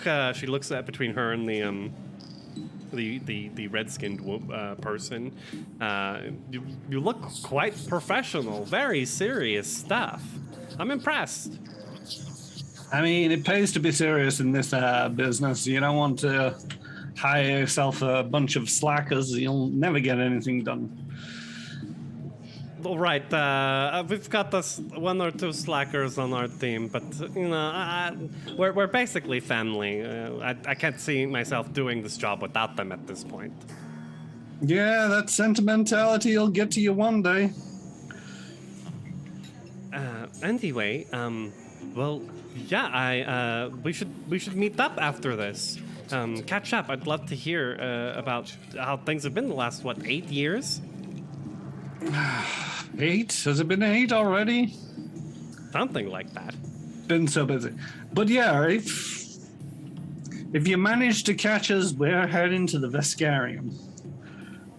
All right. Well, So if not there, we'll catch you somewhere. okay. Here, quick, take my contact. And she passes her comm unit over to exchange contact. Yeah, you information. boop comm units and it sort of exchanges over. I'd hate to take this job from you, but I'm going to try and do my best. And I'm going to do everything in my power to stop you, but you're more than welcome to try. Perfect. I'll buy you a drink either way. All right, see you around. Mm-hmm. And she kind of waves at the other person as well. Who's just been very stoic this entire time. Not one shred of emotion has entered their face. What are they, if that's not too rude of me to ask? It's not too rude if you're thinking about it. Mm-hmm. It's a bit rude if you blurt out, it's like, what are you? You appear to be a fire hazard, at the very least. Make me a culture check. Will do. 9. They are a human from Acton. Oh, the Hylix? Hylix. I was going to call them Silkies for some reason. Hylix. Yeah, they're just a red-skinned humanoid from Acton. Okay. All right. Easy. So we just spent 2 weeks there, so I should definitely recognize a Hylix at this point. Which is why you recognize it on a 9 for culture, but you don't get much more than that. You have no idea or any good reason why a human's arm is on fire. I mean, circuitry, magic, it could be anything. But, they don't acknowledge your presence at all. They just stare 1,000 yard gaze, and when Neva goes towards the door, they open it again and follow Neva out. In Akatonian, I'll say a good day, sort of Akatonian greeting to them. They'll just grunt at you with a slight nod of the head. Okay. All right. Well, my charming veneer might still be active, so she kind of smooths down her fringe a little bit, plays with it, and squeezes in quite elegantly into the confessional. It's the outside is styled as a confessional. Inside, it's more of an office space. There's a private bar, there's a couch, desk, office chair, that kind of setup. It's just, from the outside, it looks like a repurposed confessional booth. Okay. And Riche. All those piercings.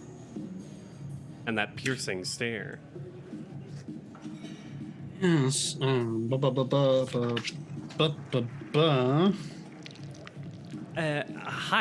Hello.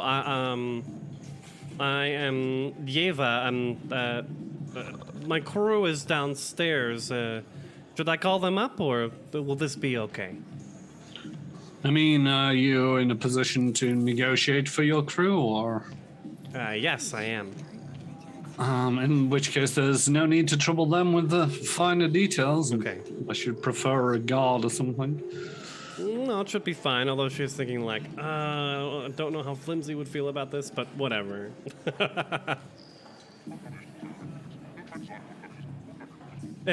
Right.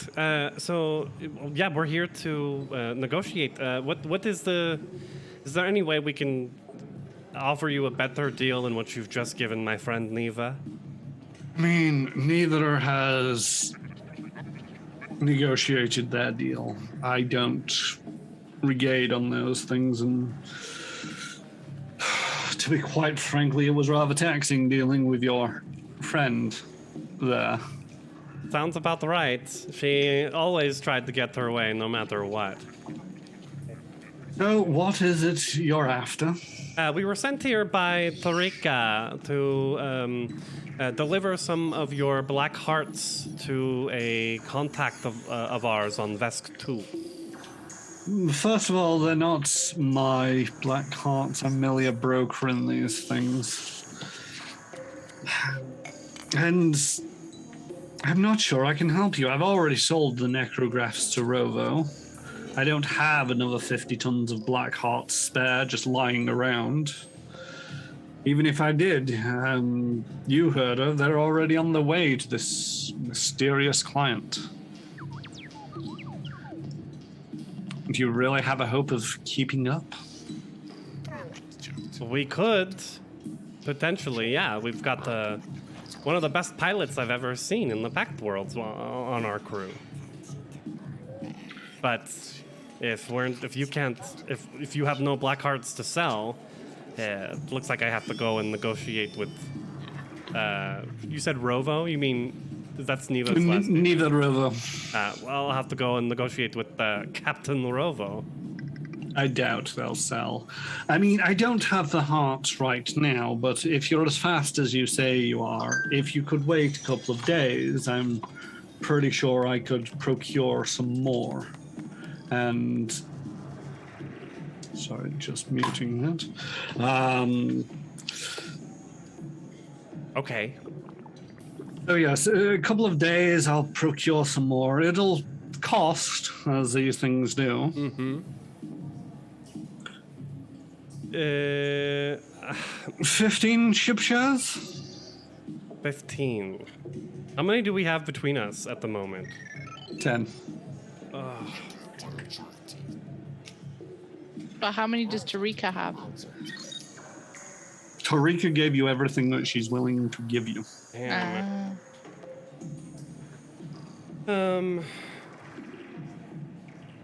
This is the part where you negotiate. Right. I wish Flimsy was here.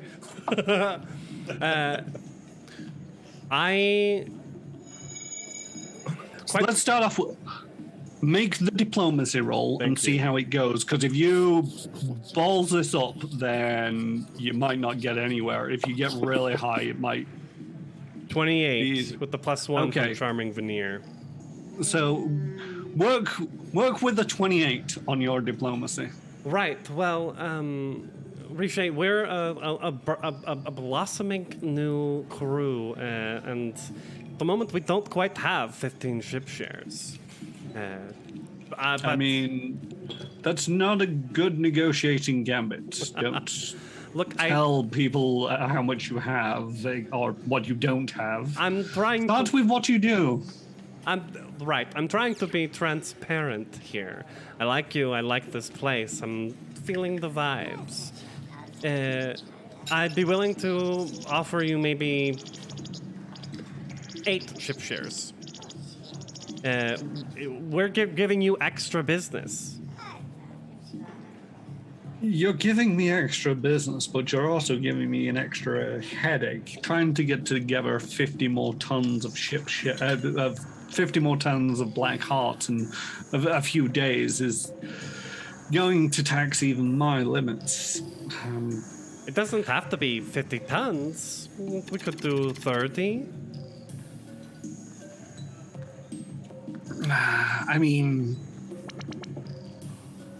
your contact, as far as I'm aware, is for 50 tons. If you don't deliver 50, they tend to get a little bit niggly on the price, shall we say. Yeah, good to know. Well, I can see the Janu, and I tell you what. Now, I deal with necrografters all of the time, and one of the things that they do so love is new raw materials. If you're willing, and your crew, assuming there's at least 3 of you,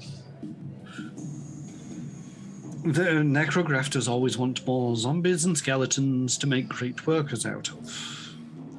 You, on your death, no longer need this mortal form.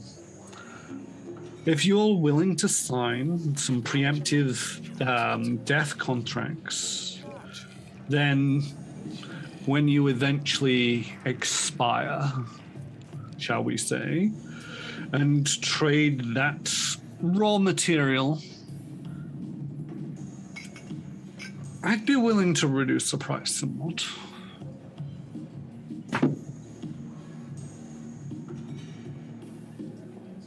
do I think that any of the rest of the crew would be willing to do this?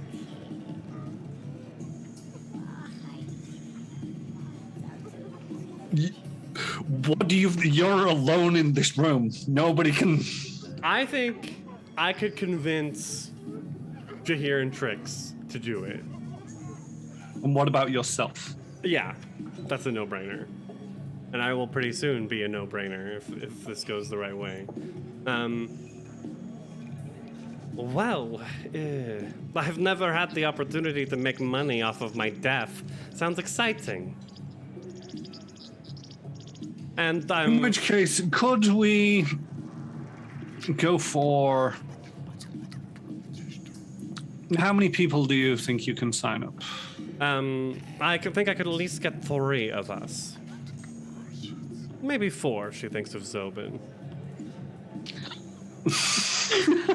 I love the way that flimsy wasn't even a factor in this, and it's all like straight up, Zobin? I could 4 probably and a get half. Zobin to do it. You don't even need to tell Zobin what he's signing. Just say, Zobin, sign here. Great, Actually, thanks. now that I think about it, definitely 2, maybe 4, including myself. We'll split the difference. I'll need 2 signatures. And I can get you these black hearts for 9 ship shares. 9 ship shares. If I can get you 4 signatures, will you take it down to 8?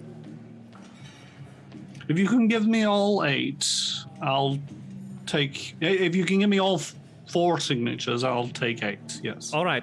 2 signatures, 9 ship shares, 4 signatures, 8. That sounds like a good deal to me. And they sort of like raise their glass to you to sort of like chink on it. Cheers. She says the Cheers. Eoxian cheers, because literally hello, goodbye, and cheers and Eox is all she knows.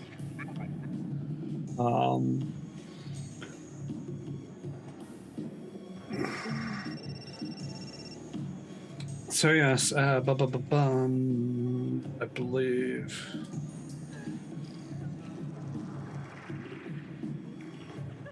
So I'll here, take my contact information. We'll be waiting to hear from you about the Black Hearts in, what was it, 3-4 days? It'll take several, hopefully 3, maybe 4. It, depends on how many dead people turn up, I suppose.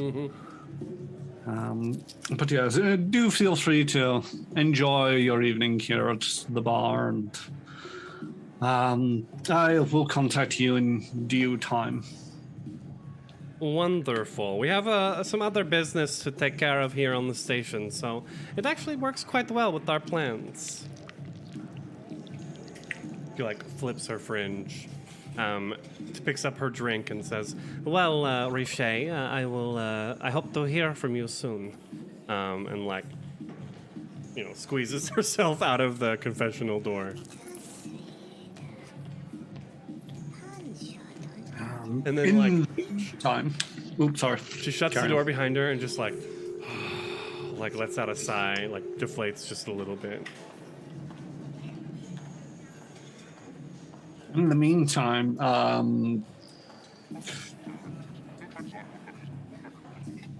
Trix, Trix, Flimsy, and Jahir, you've been speaking with Dizzy at the bar. Digit and Dizzy as bleeding names. And as you're sort of like there waiting for anything to occur, so like neither, who you've not met, but thanks to the miracle of technology, are aware of what they look like. So like stops by the bar, and it's like, we're here to work, not to sip necrotinis or whatever the hell they serve in this place. Dizzy, it's time to go.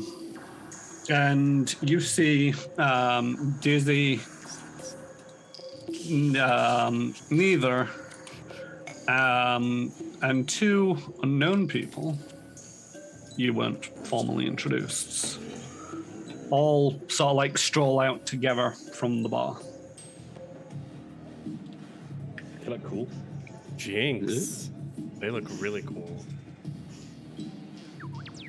I see you with your Chronicles of Riddick. eggs.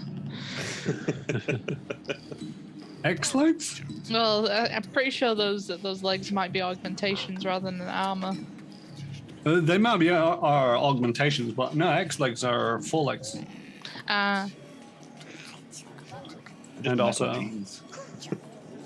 and I would like, this is possibly going to come out at a later point, but I'd like to point out that Jinx is an operative, as you can tell, or possibly tell.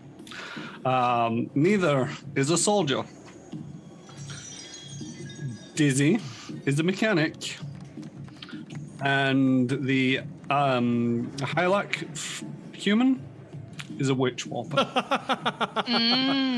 Get out.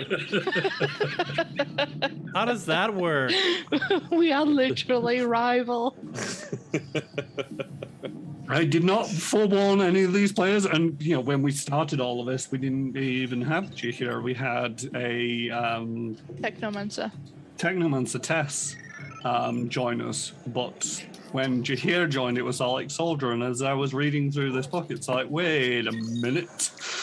Does that A just mean soldier, a mechanic, an operative, and a witch whopper? That crew sounds familiar. does that mean we're just like a generic crew, like a standard crew? The thing is, pretty much the names line up. I mean, not so much with Yeva and the Witch Whopper, but you've got Yeva and Neva, you've got Trix and Jinx, you've got Flimsy and Dizzy.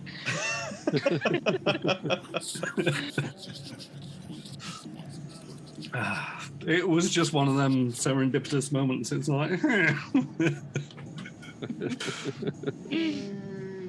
depending on how this all went, if you were all leaving at the same time, I would have had you walk out the doors in pairs. I can't wait till our rival mirror image battle happens. We'll see how that goes. Matching me shot for shot every time.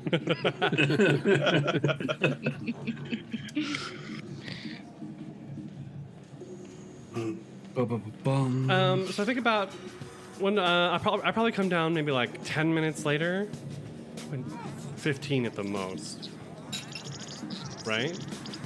Yeah, something like that. And I'm like, hey everyone, good news, bad news. Which do you want first? That's with the bad news. Bad news is Neva and her crew got the original shipment of Black Hearts first. Dizzy indicated as much. They got here quicker. Right. to get the deal. Is the good news that we get to go and take it from you? I'm down for that. No, I mean, we could try and take it by force, but instead I've negotiated a second shipment of black hearts. And the hope is that with this new drift engine, we can beat them to Vesk 2 in 3 days. Okay.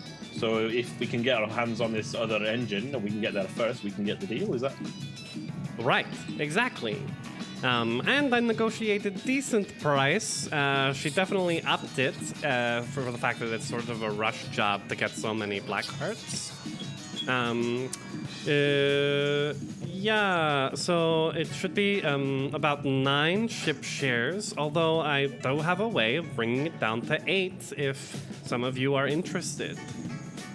9's most of our working collateral, right? She originally wanted 15, so we're lucky to get 9 or 8. Oh. Well, you've done a good job there getting that all the way down. Yeah, just little detail. You may need to sign away your corpse after you die. In? Sorry, what? So who spits out their drink at Yeva?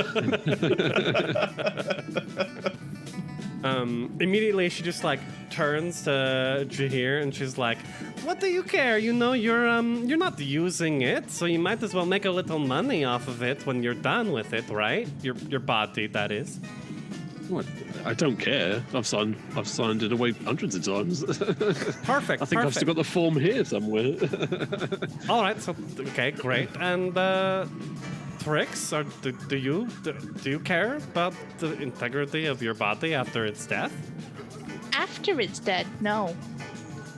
Well, So long as perfect. it's not involving them coming after us, trying to assassinate us for our body, I'm fine with it. What was I saying?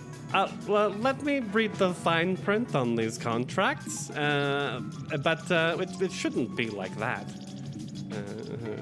It shouldn't be like that. Flimsy? Aye, Trix has got a point. As soon as you sign yourself away, there's been habit of people wanting to expedite the delivery of their goods, which is not something I'm particularly keen to do. I don't like the idea of my good self being wriggled around somewhere by trying to like talk a bit quietly because he realizes he's surrounded by undead. The bass is so loud in this place, you're probably having to use your personal communicators anyway, just to cut through the noise. It's one of those things like, those damned undead, just as like the music cuts out. It fills the room.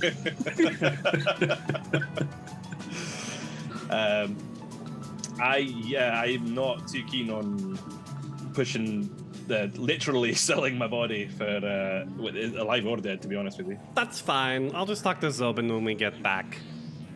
I mean, how much are our undead bodies going for? I mean, with all 4 of us, it's potentially worth 7 ship shares. That's not a bad price. I mean, guess. even just 2 of us is up to 6, and so I figured 2 extra signatures, we could at least bring the ship shares down to 8, and then the last 2 we have maybe to buy the signal booster, or we just take it from space goblins. Does Flimsy have an idea of how much something like that would go for? A signal booster? A signal booster for your ship is likely to be costing you a fair bit. More than 2? Probably more than 2 when I can... It's one of them, it's all... You kind of need to go into the build point. Keep talking and I'll find out. But yeah, I think we might be more into the case of removing it from the goblins than dealing with the goblins, if that's the case. Makes things a bit trickier, I guess. Hey, do you guys want to know a fun fact? What's that, Trix? You know, assuming that all the hearts that they need are human hearts, which are around anywhere between 8 to 10 ounces, but we'll go with 10. That's roughly around 176,369 hearts for 50 tons. Sorry, how many thousand? 176,369. That's impressive. They do need to be kept cool, and there is some packing material around it. Okay, all right. So it's not. It's still probably likely to be a good 100,000, but yeah. Call it a cool 100,000 hearts. But we're not exactly going to be replenishing those numbers ourselves. As long as I'm not one of those hearts, I'm down for it. Do you think these space goblins got the engine in the first place legally? Like, you think they bought it, or what? That's what Tarika insinuated, that they came and they bought it. What's the salvage kind of deal with this kind of thing? Like rules-wise, or law-wise, I should say. 1 second.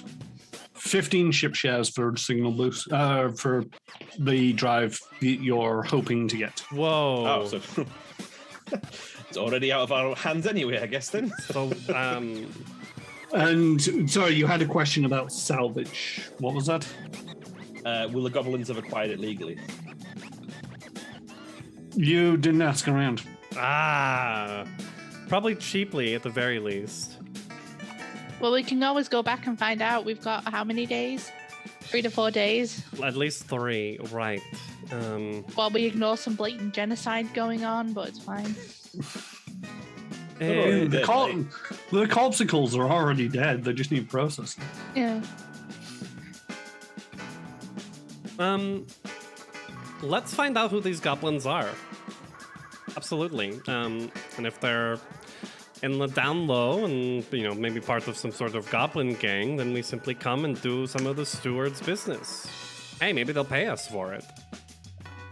Yeah, the stewards don't pay.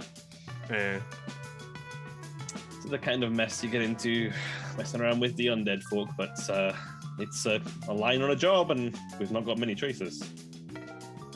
I mean, we got into messes, working with La Junta, we got into messes working with Drow and Top Goblins, and... I mean, they're goblins. They might trade the drift drive for a customized goblin cycle. Hey! That's a good shout. Did you not sell that yet? No, it's in storage here in Absalom. Well. Excellent stuff. So, shall we go and see if we can find out any news about these goblins and this signal booster they seem to have boosted? Mm-hmm. It's a bit late in the day. Absalom never sleeps. Let's go.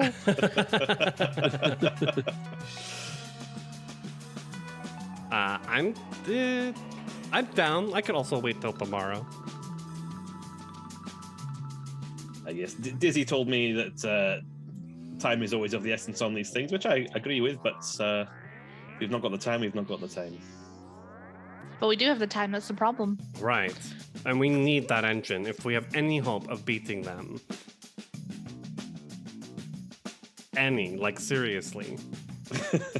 Even then, it's going to be go a in risk, right? We could sabotage them. We could hold them up. We could just take whatever we need from them. They just look like a generic boy brand blooming space team. Yeah, nothing unique about them whatsoever. Oh, Hey, you guys don't know. Neva is a friend from way back for me. She used to live on my creche 8 years ago. Oh, that's pretty cool. It was crazy running into her. But sorry, Jahir, if we're gonna beat her, I need to do it fairly. Otherwise, that's the only way I'll ever be able to hold it over her head. Friends turned bitter rivals. Not bitter. What a sweet, sweet story. You gotta spin it. Definitely not bitter rivals, just spunky. I can work with Spunky. Although that Heilig woman, bad vibes from her. Was their hand on fire? Your hand was on fire. Yeah, I think so. And she did not seem very nice. So if we do run into scuffle with them, I would not mind, well, yeah, hitting her. I mean, I don't know how happy I'd be if my arm was on fire. Actually, no, I'd be pretty happy. That'd be awesome. Flimsy's looking around the building for like sprinklers. Like, why hasn't it gone off? It has live laser turrets, and you're worried about sprinklers. But okay, all right. Either more drinks here, or we go on the way to find goblins. Yeah. Yeah. We need to get back to Zobin and tell him about Tariku. About the job in general, actually. Right. I mean, if it's late, Zobin's probably gone to bed. We can text them. Have them meet us at the ship. Stop paying rent on that little place. I wonder if he has like a 4-week notice. In the down low? No. Probably not. You can just say someone robbed it from him. The whole place. Stole it straight from him. Right, I've got to get Zobin's signature also. And actually, let's go back to the ship. I need to examine these corpse contracts. I think I'll give you a hand with that if possible. Mm-hmm. This Riche, what were they like? Riche? She was super cool. Very willing to do business. Kind of acted like it was chore for her, even though we're technically making her money. But I would imagine if I had everlasting life, working would very much be a chore.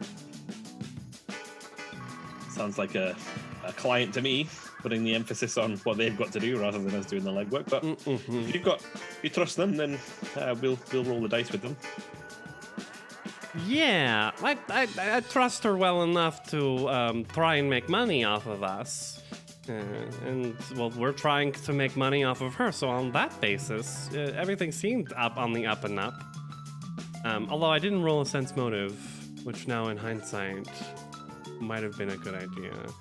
Not that my... You can roll a hindsight sense motive. Yes, I don't please mind and thank those. you. Is that a separate skill on the list? 16. They seem to be on the level. If anything, you felt that they were just felt a little bit drained from all the negotiating. Okay, makes sense. All right, she seemed to have lots of negotiations today, and honestly, I think it was lucky that we caught her after as the last set because she was so tired. I was basically able to try and get something that would be useful for us. And with that, you see storming up to the bar is Risha. A 2-timing, double-crossing, swindling ice miner, she ripped me off. The whole time that she and her witchwarfer psychic were upstairs chatting, their pilot was stealing the black hearts out of my storage yard. And you, she pokes Yeva in the chest with her index finger. You are going to help me get even. I don't have your necrographs, but I know where you can get them. Rygan Vul runs a necroforge in the Sparks with all the equipment to make whatever you need. His cult. He worship him as a living god or something. I stay away from him, but maybe you can persuade him to cut you a deal. And she takes off you these corpse leases and the agreement that you'd signed at some point for paying the ship shares, and just tears them up. You do this for me, and we're even. Okay, all right. We'll do it. Yes, absolutely. I'm so sorry about your loss. You said Rygex? Raigan Vul. Dragon Vol, we will go and negotiate with him and his cult. Get the stuff and make sure we make Neva and the rest of the crew of the Wintermorn pay for what they have done to you. Where can we find him again? He's runs a necroforge in the Sparks. The Sparks? Is that in the Spike? That's in the Sparks. I think it's part of the Spike. Okay. Probably I know where it is. I'm from Absalom. We're fine. I would guess it's like the power station, power generation portion. Is that Yosoki from the planet we were just on? Of course, it was that Yosoki that you were talking with, or saw. No, it wasn't my Yosoki. It was a different Yosoki. Wait, so you're telling me their operative is also their pilot? I don't know what he does in combat. I just know he's the pilot. All right. Bitter rivals. We better get the move on then. The sooner we can get this stuff, the better. The place is called Singularity House. Singularity House.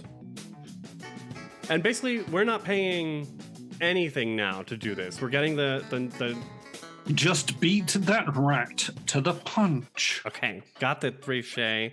And she like grabs her hand in Yeva's big hand and shakes it, And eagerly. you can just see those smoking eyes flaring up with every punctuation that she's spitting venomously out.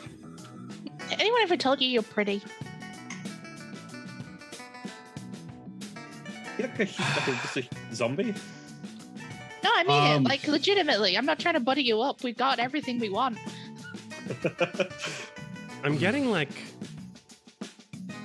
some sort of specific type of undead, more than just. She's a Barai.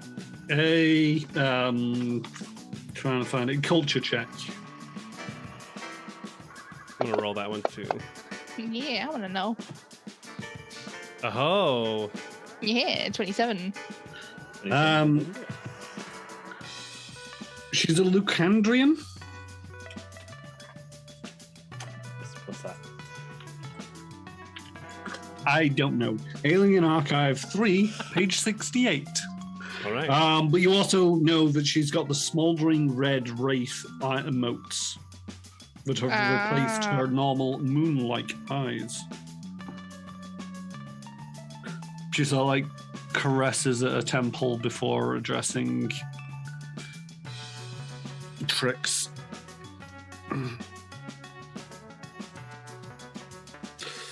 The first few months as a necrograph broker, no client could look me in the eyes. Hard to take a person in this business seriously with stars shooting out of their retinas. So I had a colleague fork out my eyeballs and plug in the ones from a spectre.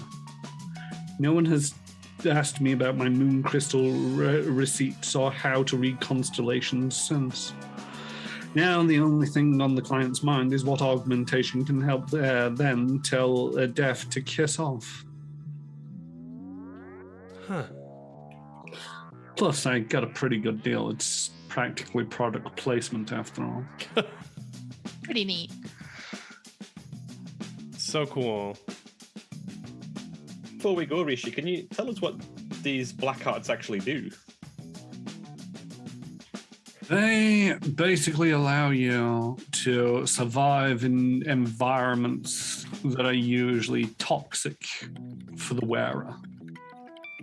So you may benefit from something that allows you to breathe vacuum or survive in, toxic or radioactive environments. Very useful. Very little in the way of side effects, if you ask me. kind of side effects would those be? Well, you're a touch closer to undeath.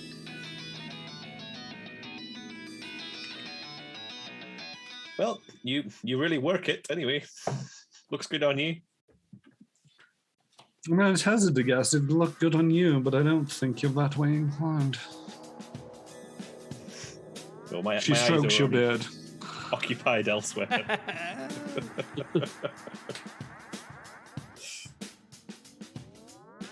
All right. Yeva drains the last of her drink. And is like, shall we? Yes.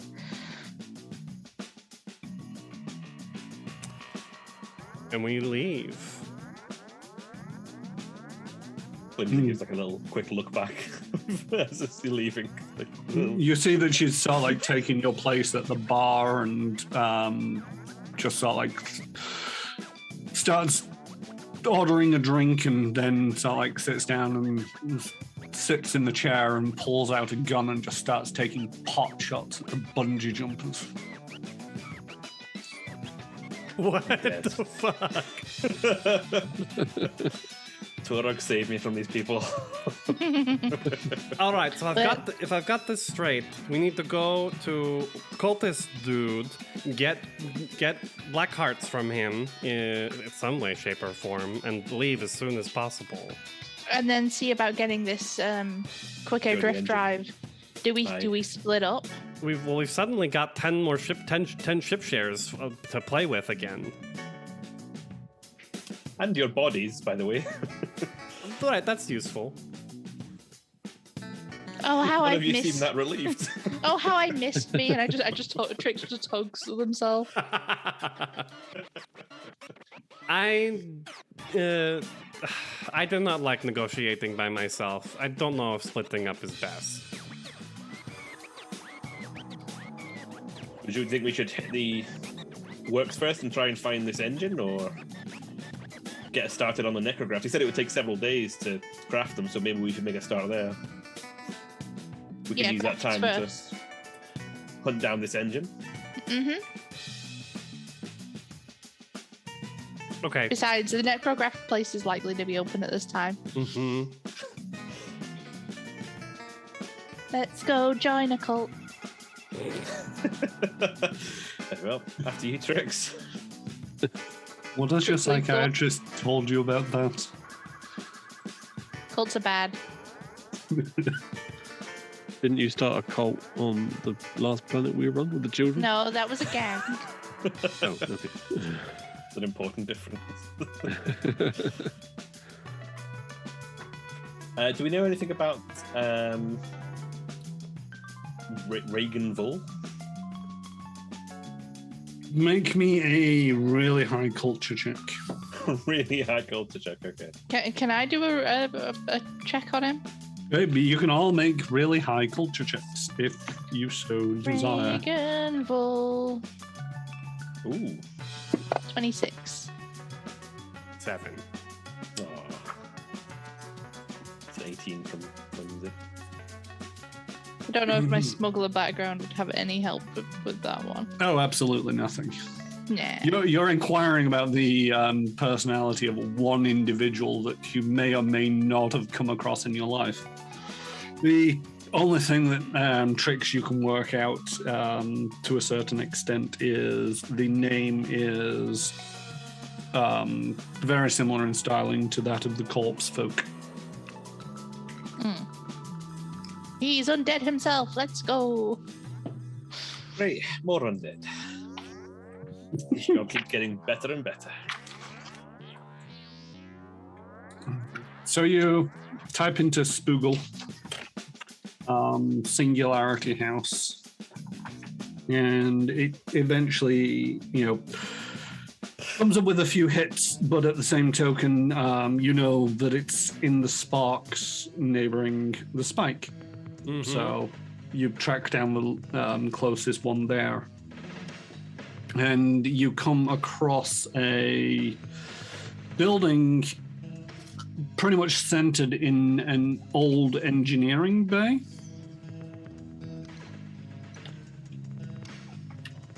This is the place, apparently. Any active engineering work going on? Not here, no. Because, there's a building in the way. Any security? Make me a perception check.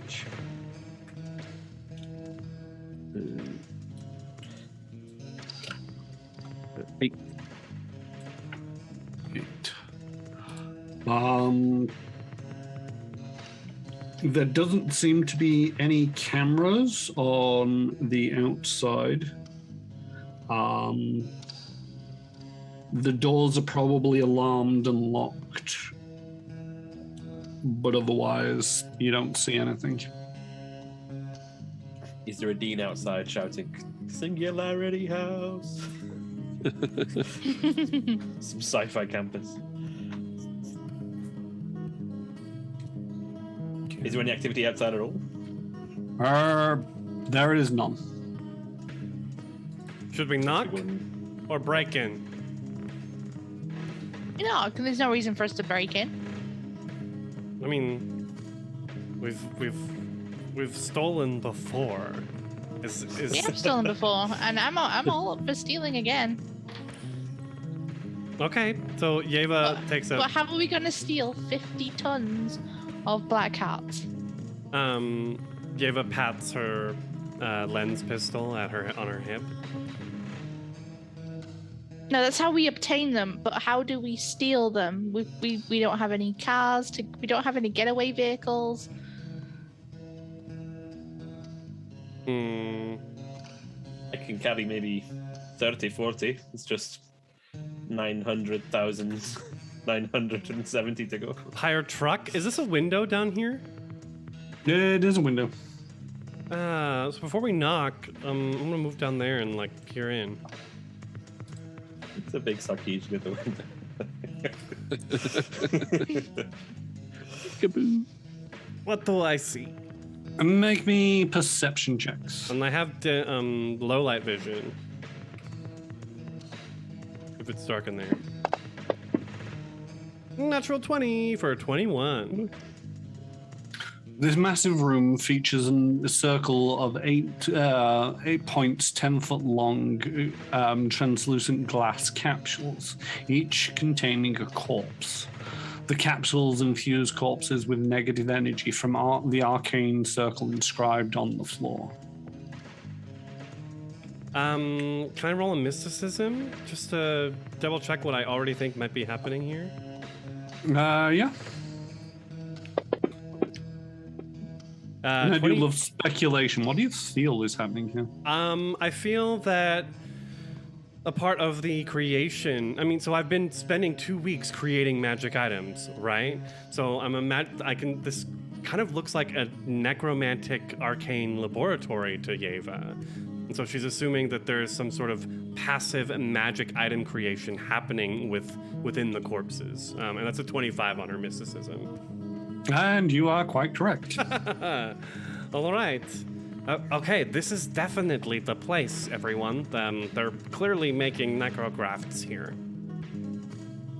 Well, these cult folk are usually easy enough to please if you sing their praises. Hopefully, we might be able to talk our way into a deal. I can try. And she'll go ahead and a little sparkle of fairy dust over here as she casts Charming Veneer.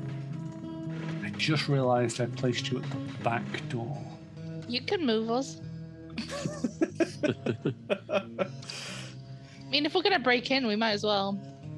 I just wanted you guys to be aware that this might not have been the front door. So Anyone's leaving me. As part of this, you did a circle around the place. Could we have also asked around about any information about the cult itself? Does anybody locally know, you say, all glory to Reagan whenever you speak to somebody or something like that? Or...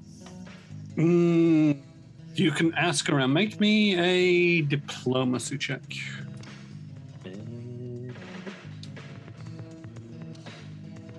25 from 20.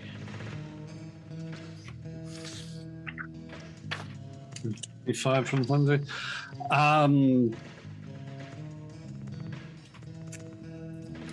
They don't really have much in the way of anything to tell you. They point out the Singularity House by the name Reigen, but other than that, they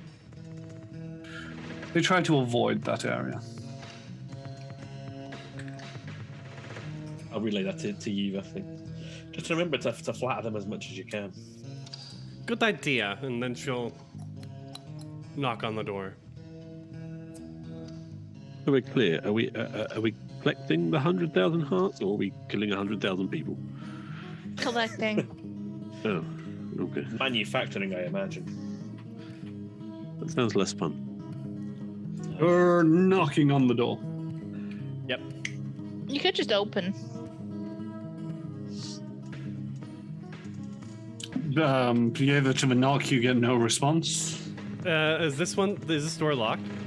'Cause the back door was locked.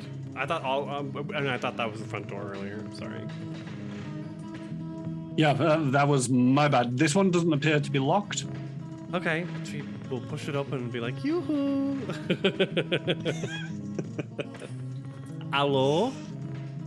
And you see again with the maps, Paizo, come on. As you enter, you see a double door to the southeast, flanked by small plants with blood red flowers and segmented leaves resembling that of finger bones. On the northwest wall, a computer with 2 large screens displays promotional videos and a user interface for contacting the people within. Aha! All right, so this is waiting room.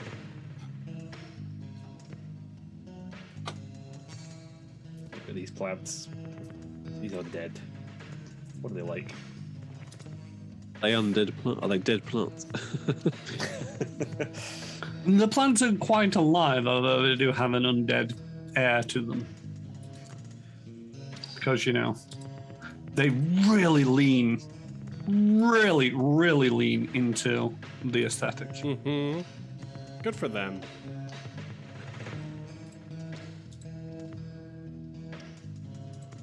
Computers, Flimsy, would you mind doing the honors? Not a problem. What kind of interface does this thing seem to have? It's got a very simplistic interface on the surface of it. It's all like, there's a call for attention button. Oh. Bing. And you see this Elibrium. Elibriums are very human-like, but have enlarged craniums, probably twice the size vertically as the average human.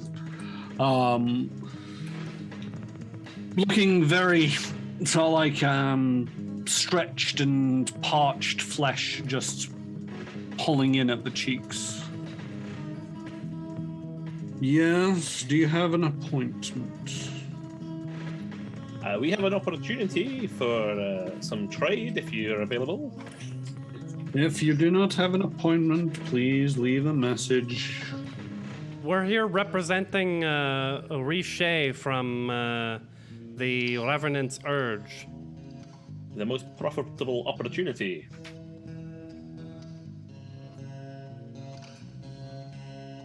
Unless you're a willing patient,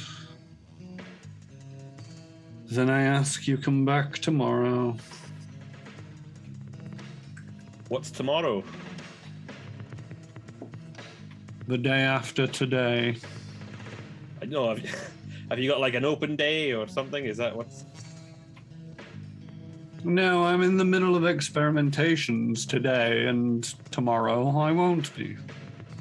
Right, but there's a little bit of urgency on this opportunity. We need black hearts and fast.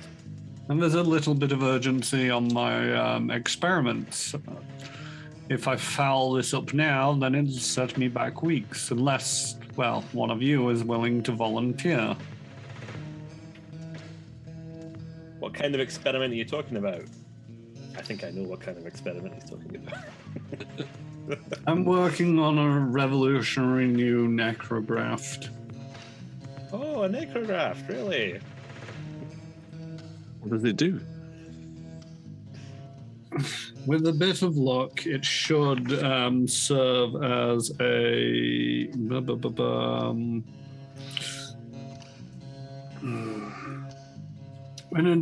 replacement adrenal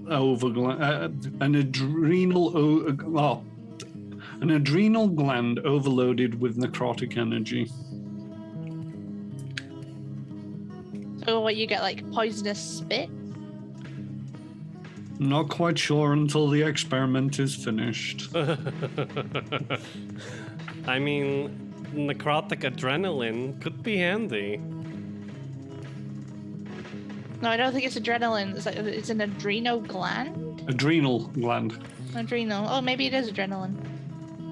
I don't have any ranks in medicine nor life science.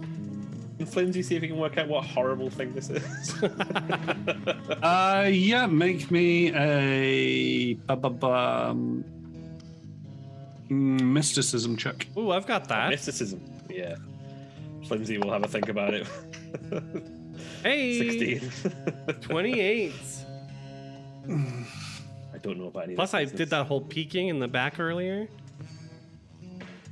The undead adrenal gland supplements your own adrenal gland or similar organ, flooding your body with necrotic energy that counteracts many of the failings of the living flesh. Once per day, you can activate the undead adrenal gland on a move action. This grants you immunity to death effects, energy drain, exhaustion, fatigue, paralysis, sleep, and stunning for a number of minutes equal to the necrograph's mark, and though it doesn't suppress any of those effects that are currently active.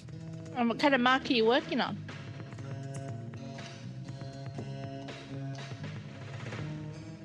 A Mark 1. It is an experiment after all.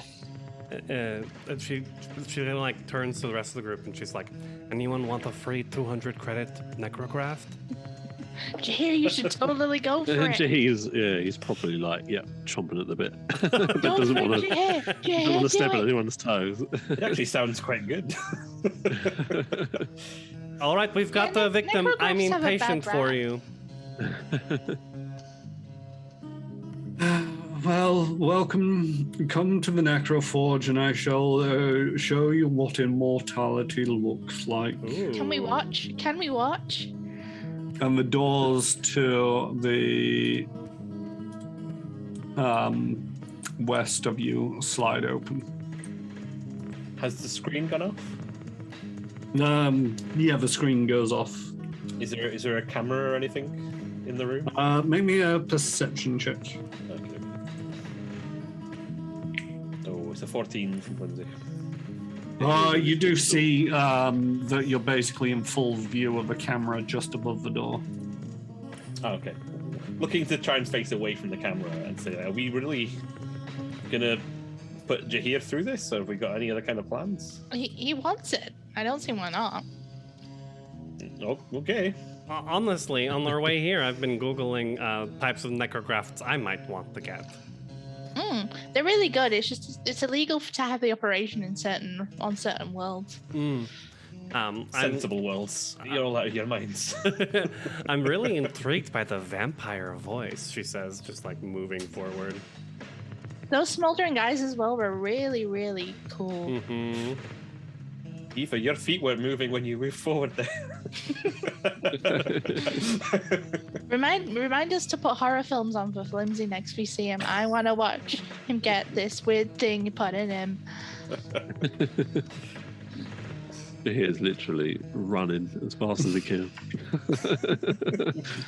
Flimsy, are you going to watch the procedure, or are you going to wait in the waiting room? I'm going to escort Jahir at the very least to make sure they're okay. How many of these things can you get and have at one time? As many as you want, but the more you have, the more undead you get. I think it taps out at like 4. Okay, well, I can deal with that. Sign me At up. that point, you're classified as undead. But you could still keep having more. I think you're only allowed 1 in each part of yourself. Yeah. Like you could have 2 brains, but you can't upgrade your brain. Could I get like more arms? You know, what's the limit? I don't think you can get necrographs to give you more arms, but you can get prosthetics to give you more arms. So I could like, and you could just see his eyes glaze over the possibilities of all the things they could. We've unlocked a world to Jahir he never knew before. Anyway, get in there. Go and lie on the table. The pure imagination song from Charlie and the Chocolate Factory playing in his mind, walking into this book. Is it this table down the end? That's a desk. Well, you keep going forward.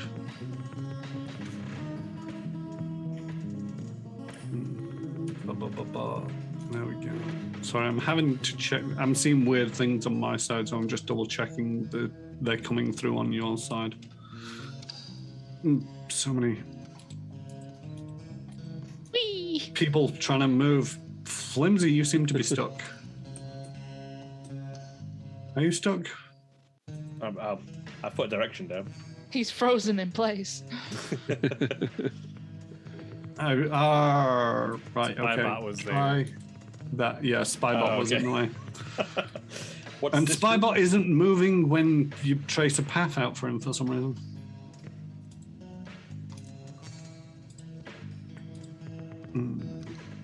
And you are greeted at this door by...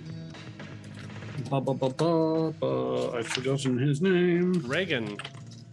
Reigen Vul.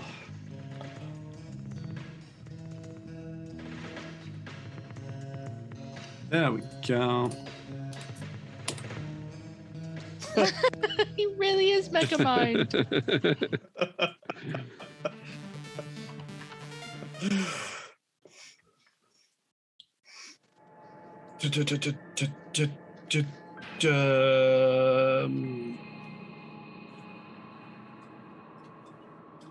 Sorry, it's one of them. I wasn't actually expecting people to accept these things. Why not? It's cool. It did sound like a funky version of it. If it's They are terribly, terribly bad ideas. You become undead. No, it's only 1 necrograph. You don't become undead after 1 necrograph. Right. No, but you start taking penalties. Yeah, and it's cool. what kind of penalties? Don't scare your hair. He's going for it. As long as it's to intelligence, I'm fine with that. Yes, if you'd like, decision-making process. if you'd like to come in here, I will provide you with the necrograph. It's going to take a number of hours, and you're going to have to spend some in recovery. However, after that, I will pretty much do as you require in terms of this deal with Risha. That sounds like a reasonable deal. I've heard maybe there are some negatives to these installations. Would it be worth covering those off quickly? I mean, you say negatives. If you're already undead, it's hardly a disadvantage. However,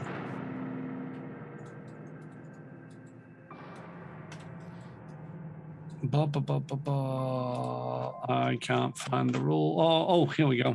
Necrograph subtype is what it gives you. Yes, adding even a single necrograph to a living body causes a recipient to gain the necrographed subtype. Abilities, items, and spells that detect or identify undead reveal necrographs. identifying only the augmentations as undead rather than the recipient creature as a whole. Creatures with this subtype are also damaged by spells that damage undead and can be subjected to other undead specified effects.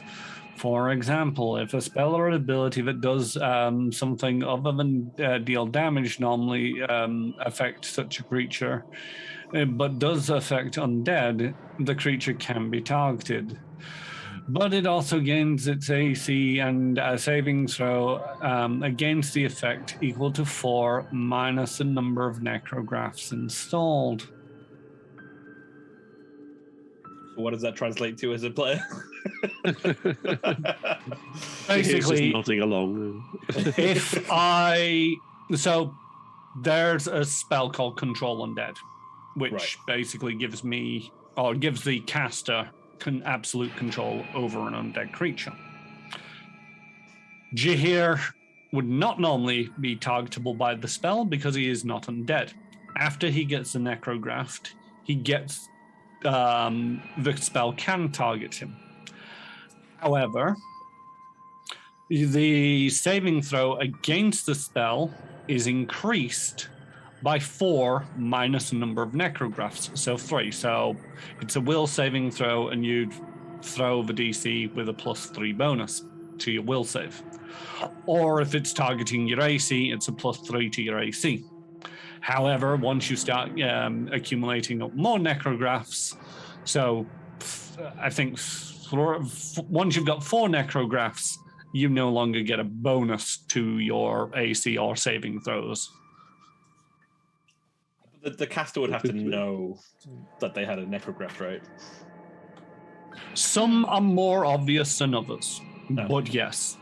This is an adrenal gland that you're probably not going to be able to see very easily. However, if they were to activate it, then that might give away something. There's also some necrographs where it's like the red glowing undead eyes. Yeah, it's a little bit obvious. The corpse skin. Interesting choice. So, depending on what it is, and like I said, they identify as undead if somebody looks for that kind of thing. Yeah. And finally, the closer you get to this limit of 4, the easier it's going to be. At 4, you're essentially, to all intents and purposes, mechanically undead. So you start with the whole very grey, very pasty appearance. Right, anyway. and you've got the whole bone swords going on. It's you're already like, you just gotta lean hard, man. Go through the door. You're preaching to the converted here, Trix. Wanted to make sure you knew your options, you hear? Well, I'm happy. It gets the job done, and it helps us out, doesn't it? So, all good this end. So yes, if you'd like to lie on the surgery bed, I will begin the procedure. Where's the bed? In the room I'm next to? Or is that yeah, it's on that table, and above it you see this massive sort of like mechanical arm, which looks like it could assist in surgery. Ooh. It is a rather cramped chamber, as you can see. If you would like to wait in the waiting room, then please give me space to work. All right. I need to give up my weapon. Was in there. I just moved all the way in because that was the only four squares that I could find that were free. But it is rather cramped in there. Understood. Oh, but now I can't see. The spybot should be able to see. There we go.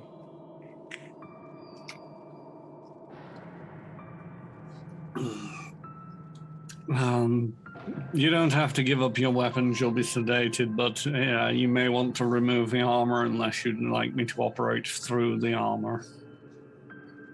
Okay. I'll take it off. But any funny business? If there's any funny business, you won't feel a thing as you pass out undead. Unconscious, not undead. It happened so fast. Not yet. Trix, do you want to stay in there, keep an eye on this whole thing? Make sure Shahir's alright? I'm keeping watch. Okay. I don't know if I could stomach it. Do I have to be sedated? Can I watch? No, you're already sedated, my friend.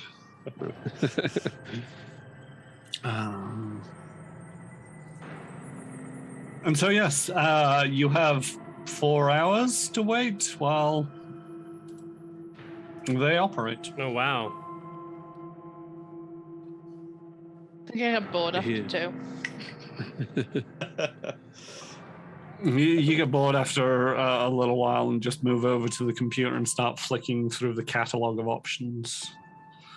You're not reading any of them, you're just flicking. Looking at pictures. I'd like to think Does that anybody- dreams of robotic modifications or cyborg modifications and undead modifications.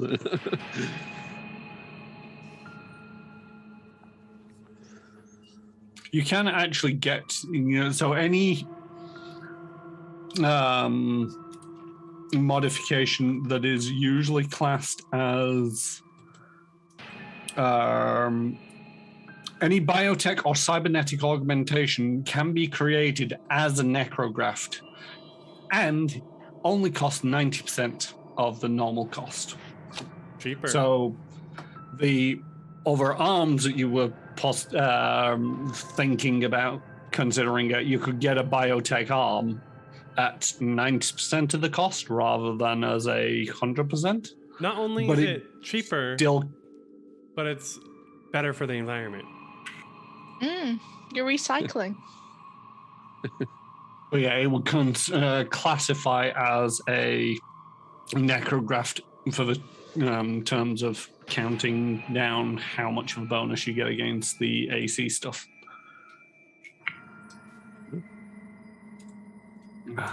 Is anybody doing anything for the 4 hours? Pacing. Can we message Tarika and ask more about these goblins? That's what I was thinking.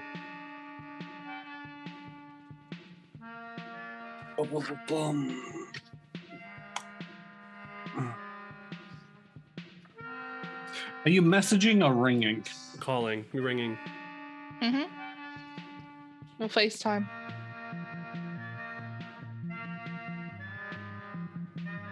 Yes. Yeah. What? I'm awake. No, I'm not. What are you calling at this hour for? Justice never sleeps. I'm an independent broker. I'm not justice. Call the police or something if you want justice.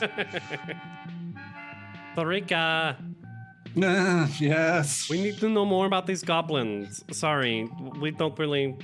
We'll go ask around the shipyard. We haven't been sleeping normal. We're keeping normal sleep schedules the last few weeks. Well, I have, and I'm tired. Aww. But yeah, this shipyard, where the liner is, they'll be able to tell you something, probably, maybe. I don't. All right, well, they're Eoxians. They're probably awake. Yeah, it's awake. I'm awake. Go to bed, Tarika. Good night. Bye. So, Prix, would you like to go with me back to the docking bay 87? I would love to, not least of all because the idea of leaving Flimsy alone in here is hilarious. You'll I be need to okay, know won't if, you, buddy? I need to know Someone if should. Tarika sleeps in a little little bath, like a little small tank. With her little paws. Someone needs to stay with Jahir. Yeah, you guys can go check it out. By the time I get there, it'll probably be time to Jahir to come out of the operation anyway. Yeah, just don't worry about that shadowy figure in the corner. I'm sure he's fine.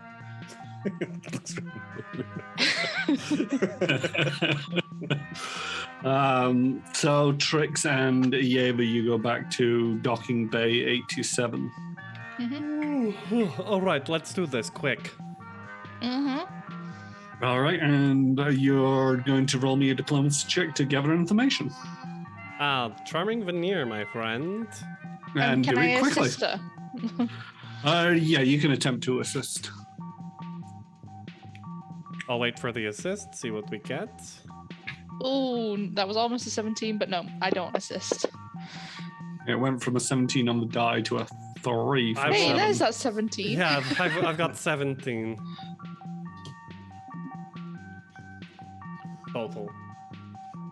So you're asking around about the Harlequin's prayer. and Right, what I happened imagine to- there's like these skeletons that are like working out there on the spacewalk. Super cute skeletons that are just like kind of mindlessly walking. And she's like, "Hey, hello, no, can you talk? Knock, knock, knock, knock." And like goes from skeleton to skeleton until she finds one that can actually like speak and has a mind. Yeah, you're looking for more of a zombie rather than a skeleton because, you know, skeletons, no voice box. Oh, right. Oh, yes, someone with Mistake. flesh. Hello. I'm working with Tarika, who was here earlier. Cute little otter person. We're looking for information on the space goblins that took some of the salvage away from the Harlequin's prayer. Yeah, it's a shame what happened to the Harlequin's prayer. They say the Razor, a notorious Sharon space pirate and free captain, attacks the ship. News bulletins all over the docking bay feature the Sharon's face if you're interested in that. But Okay. you said goblins? Right, they took the drift engine, right? Oh, yeah, that thing, it was a wreck. I mean, I know the goblins are enthusiastic about their engineering, but it pretty much blew out the entire ship, so good luck fixing that one. But yeah, they came up, wanted to buy it. Do you know what they were named, where they went? What they bought it for? I don't know what they bought it for exactly. That's not really my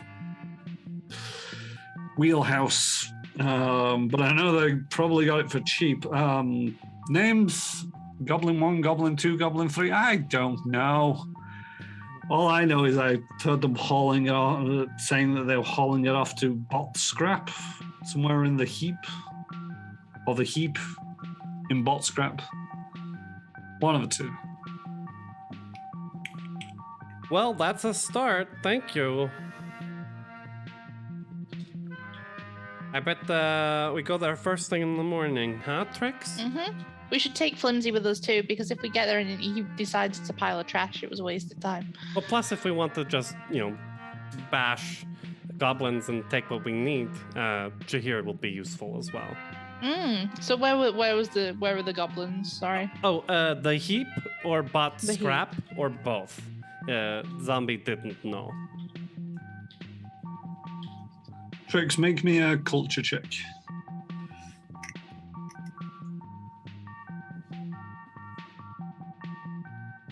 13. Tired. Bot scrap is sort of like the junkyard / recycling center of Absalom Station. The heap is likely somewhere in the In the- bot scrap. Mm. At a guess, you've never heard of it. You tend not to favor the bot scrap. Too many people and the and everything that you can loot is pretty much there for the taking. So no challenge. As we're walking back, can I grab one of those bounty flyers for the Razor? Yeah, you can do. I mean, you can bring it up on your comms unit. Yeah, but there's something about holding it in your hand, Fair enough. Are they a member of the Free Pirates, Free Captains? Mm-hmm. Are they? Oh. Right. Ooh. If I remember correctly, we've traded with the Free Pirates before in the Crash. It's not uncommon. They typically don't kill, interestingly enough. Or No, they don't. so this was rather extreme. Mm.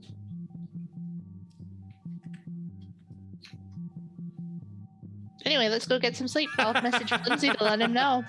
Right. Yes. You're heading back to the ship, I assume? Should we go and wait with Flimsy? By the time we get down there, it should be like an hour left or something, you know? I suppose. I just like the idea of leaving him alone in a haunted house. Right, but I want Jahir to see us all when he wakes up. Okay, let's go. You do recall that it's 4 hours for the operation and 8 hours for the recovery.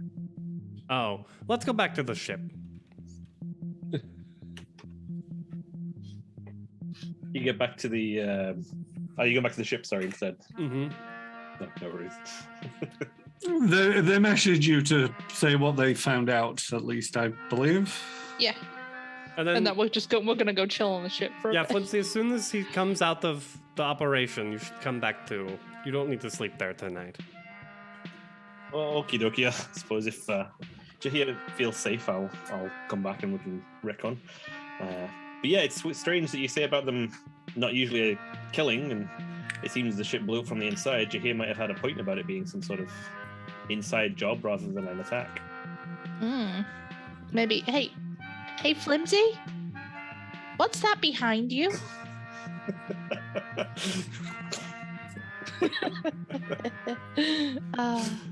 Doing that tricks. You see the computer behind you as it's like flashes up with an image of Rolgan basically offering sort of like credits in exchange for corpse leases. Mm-mm.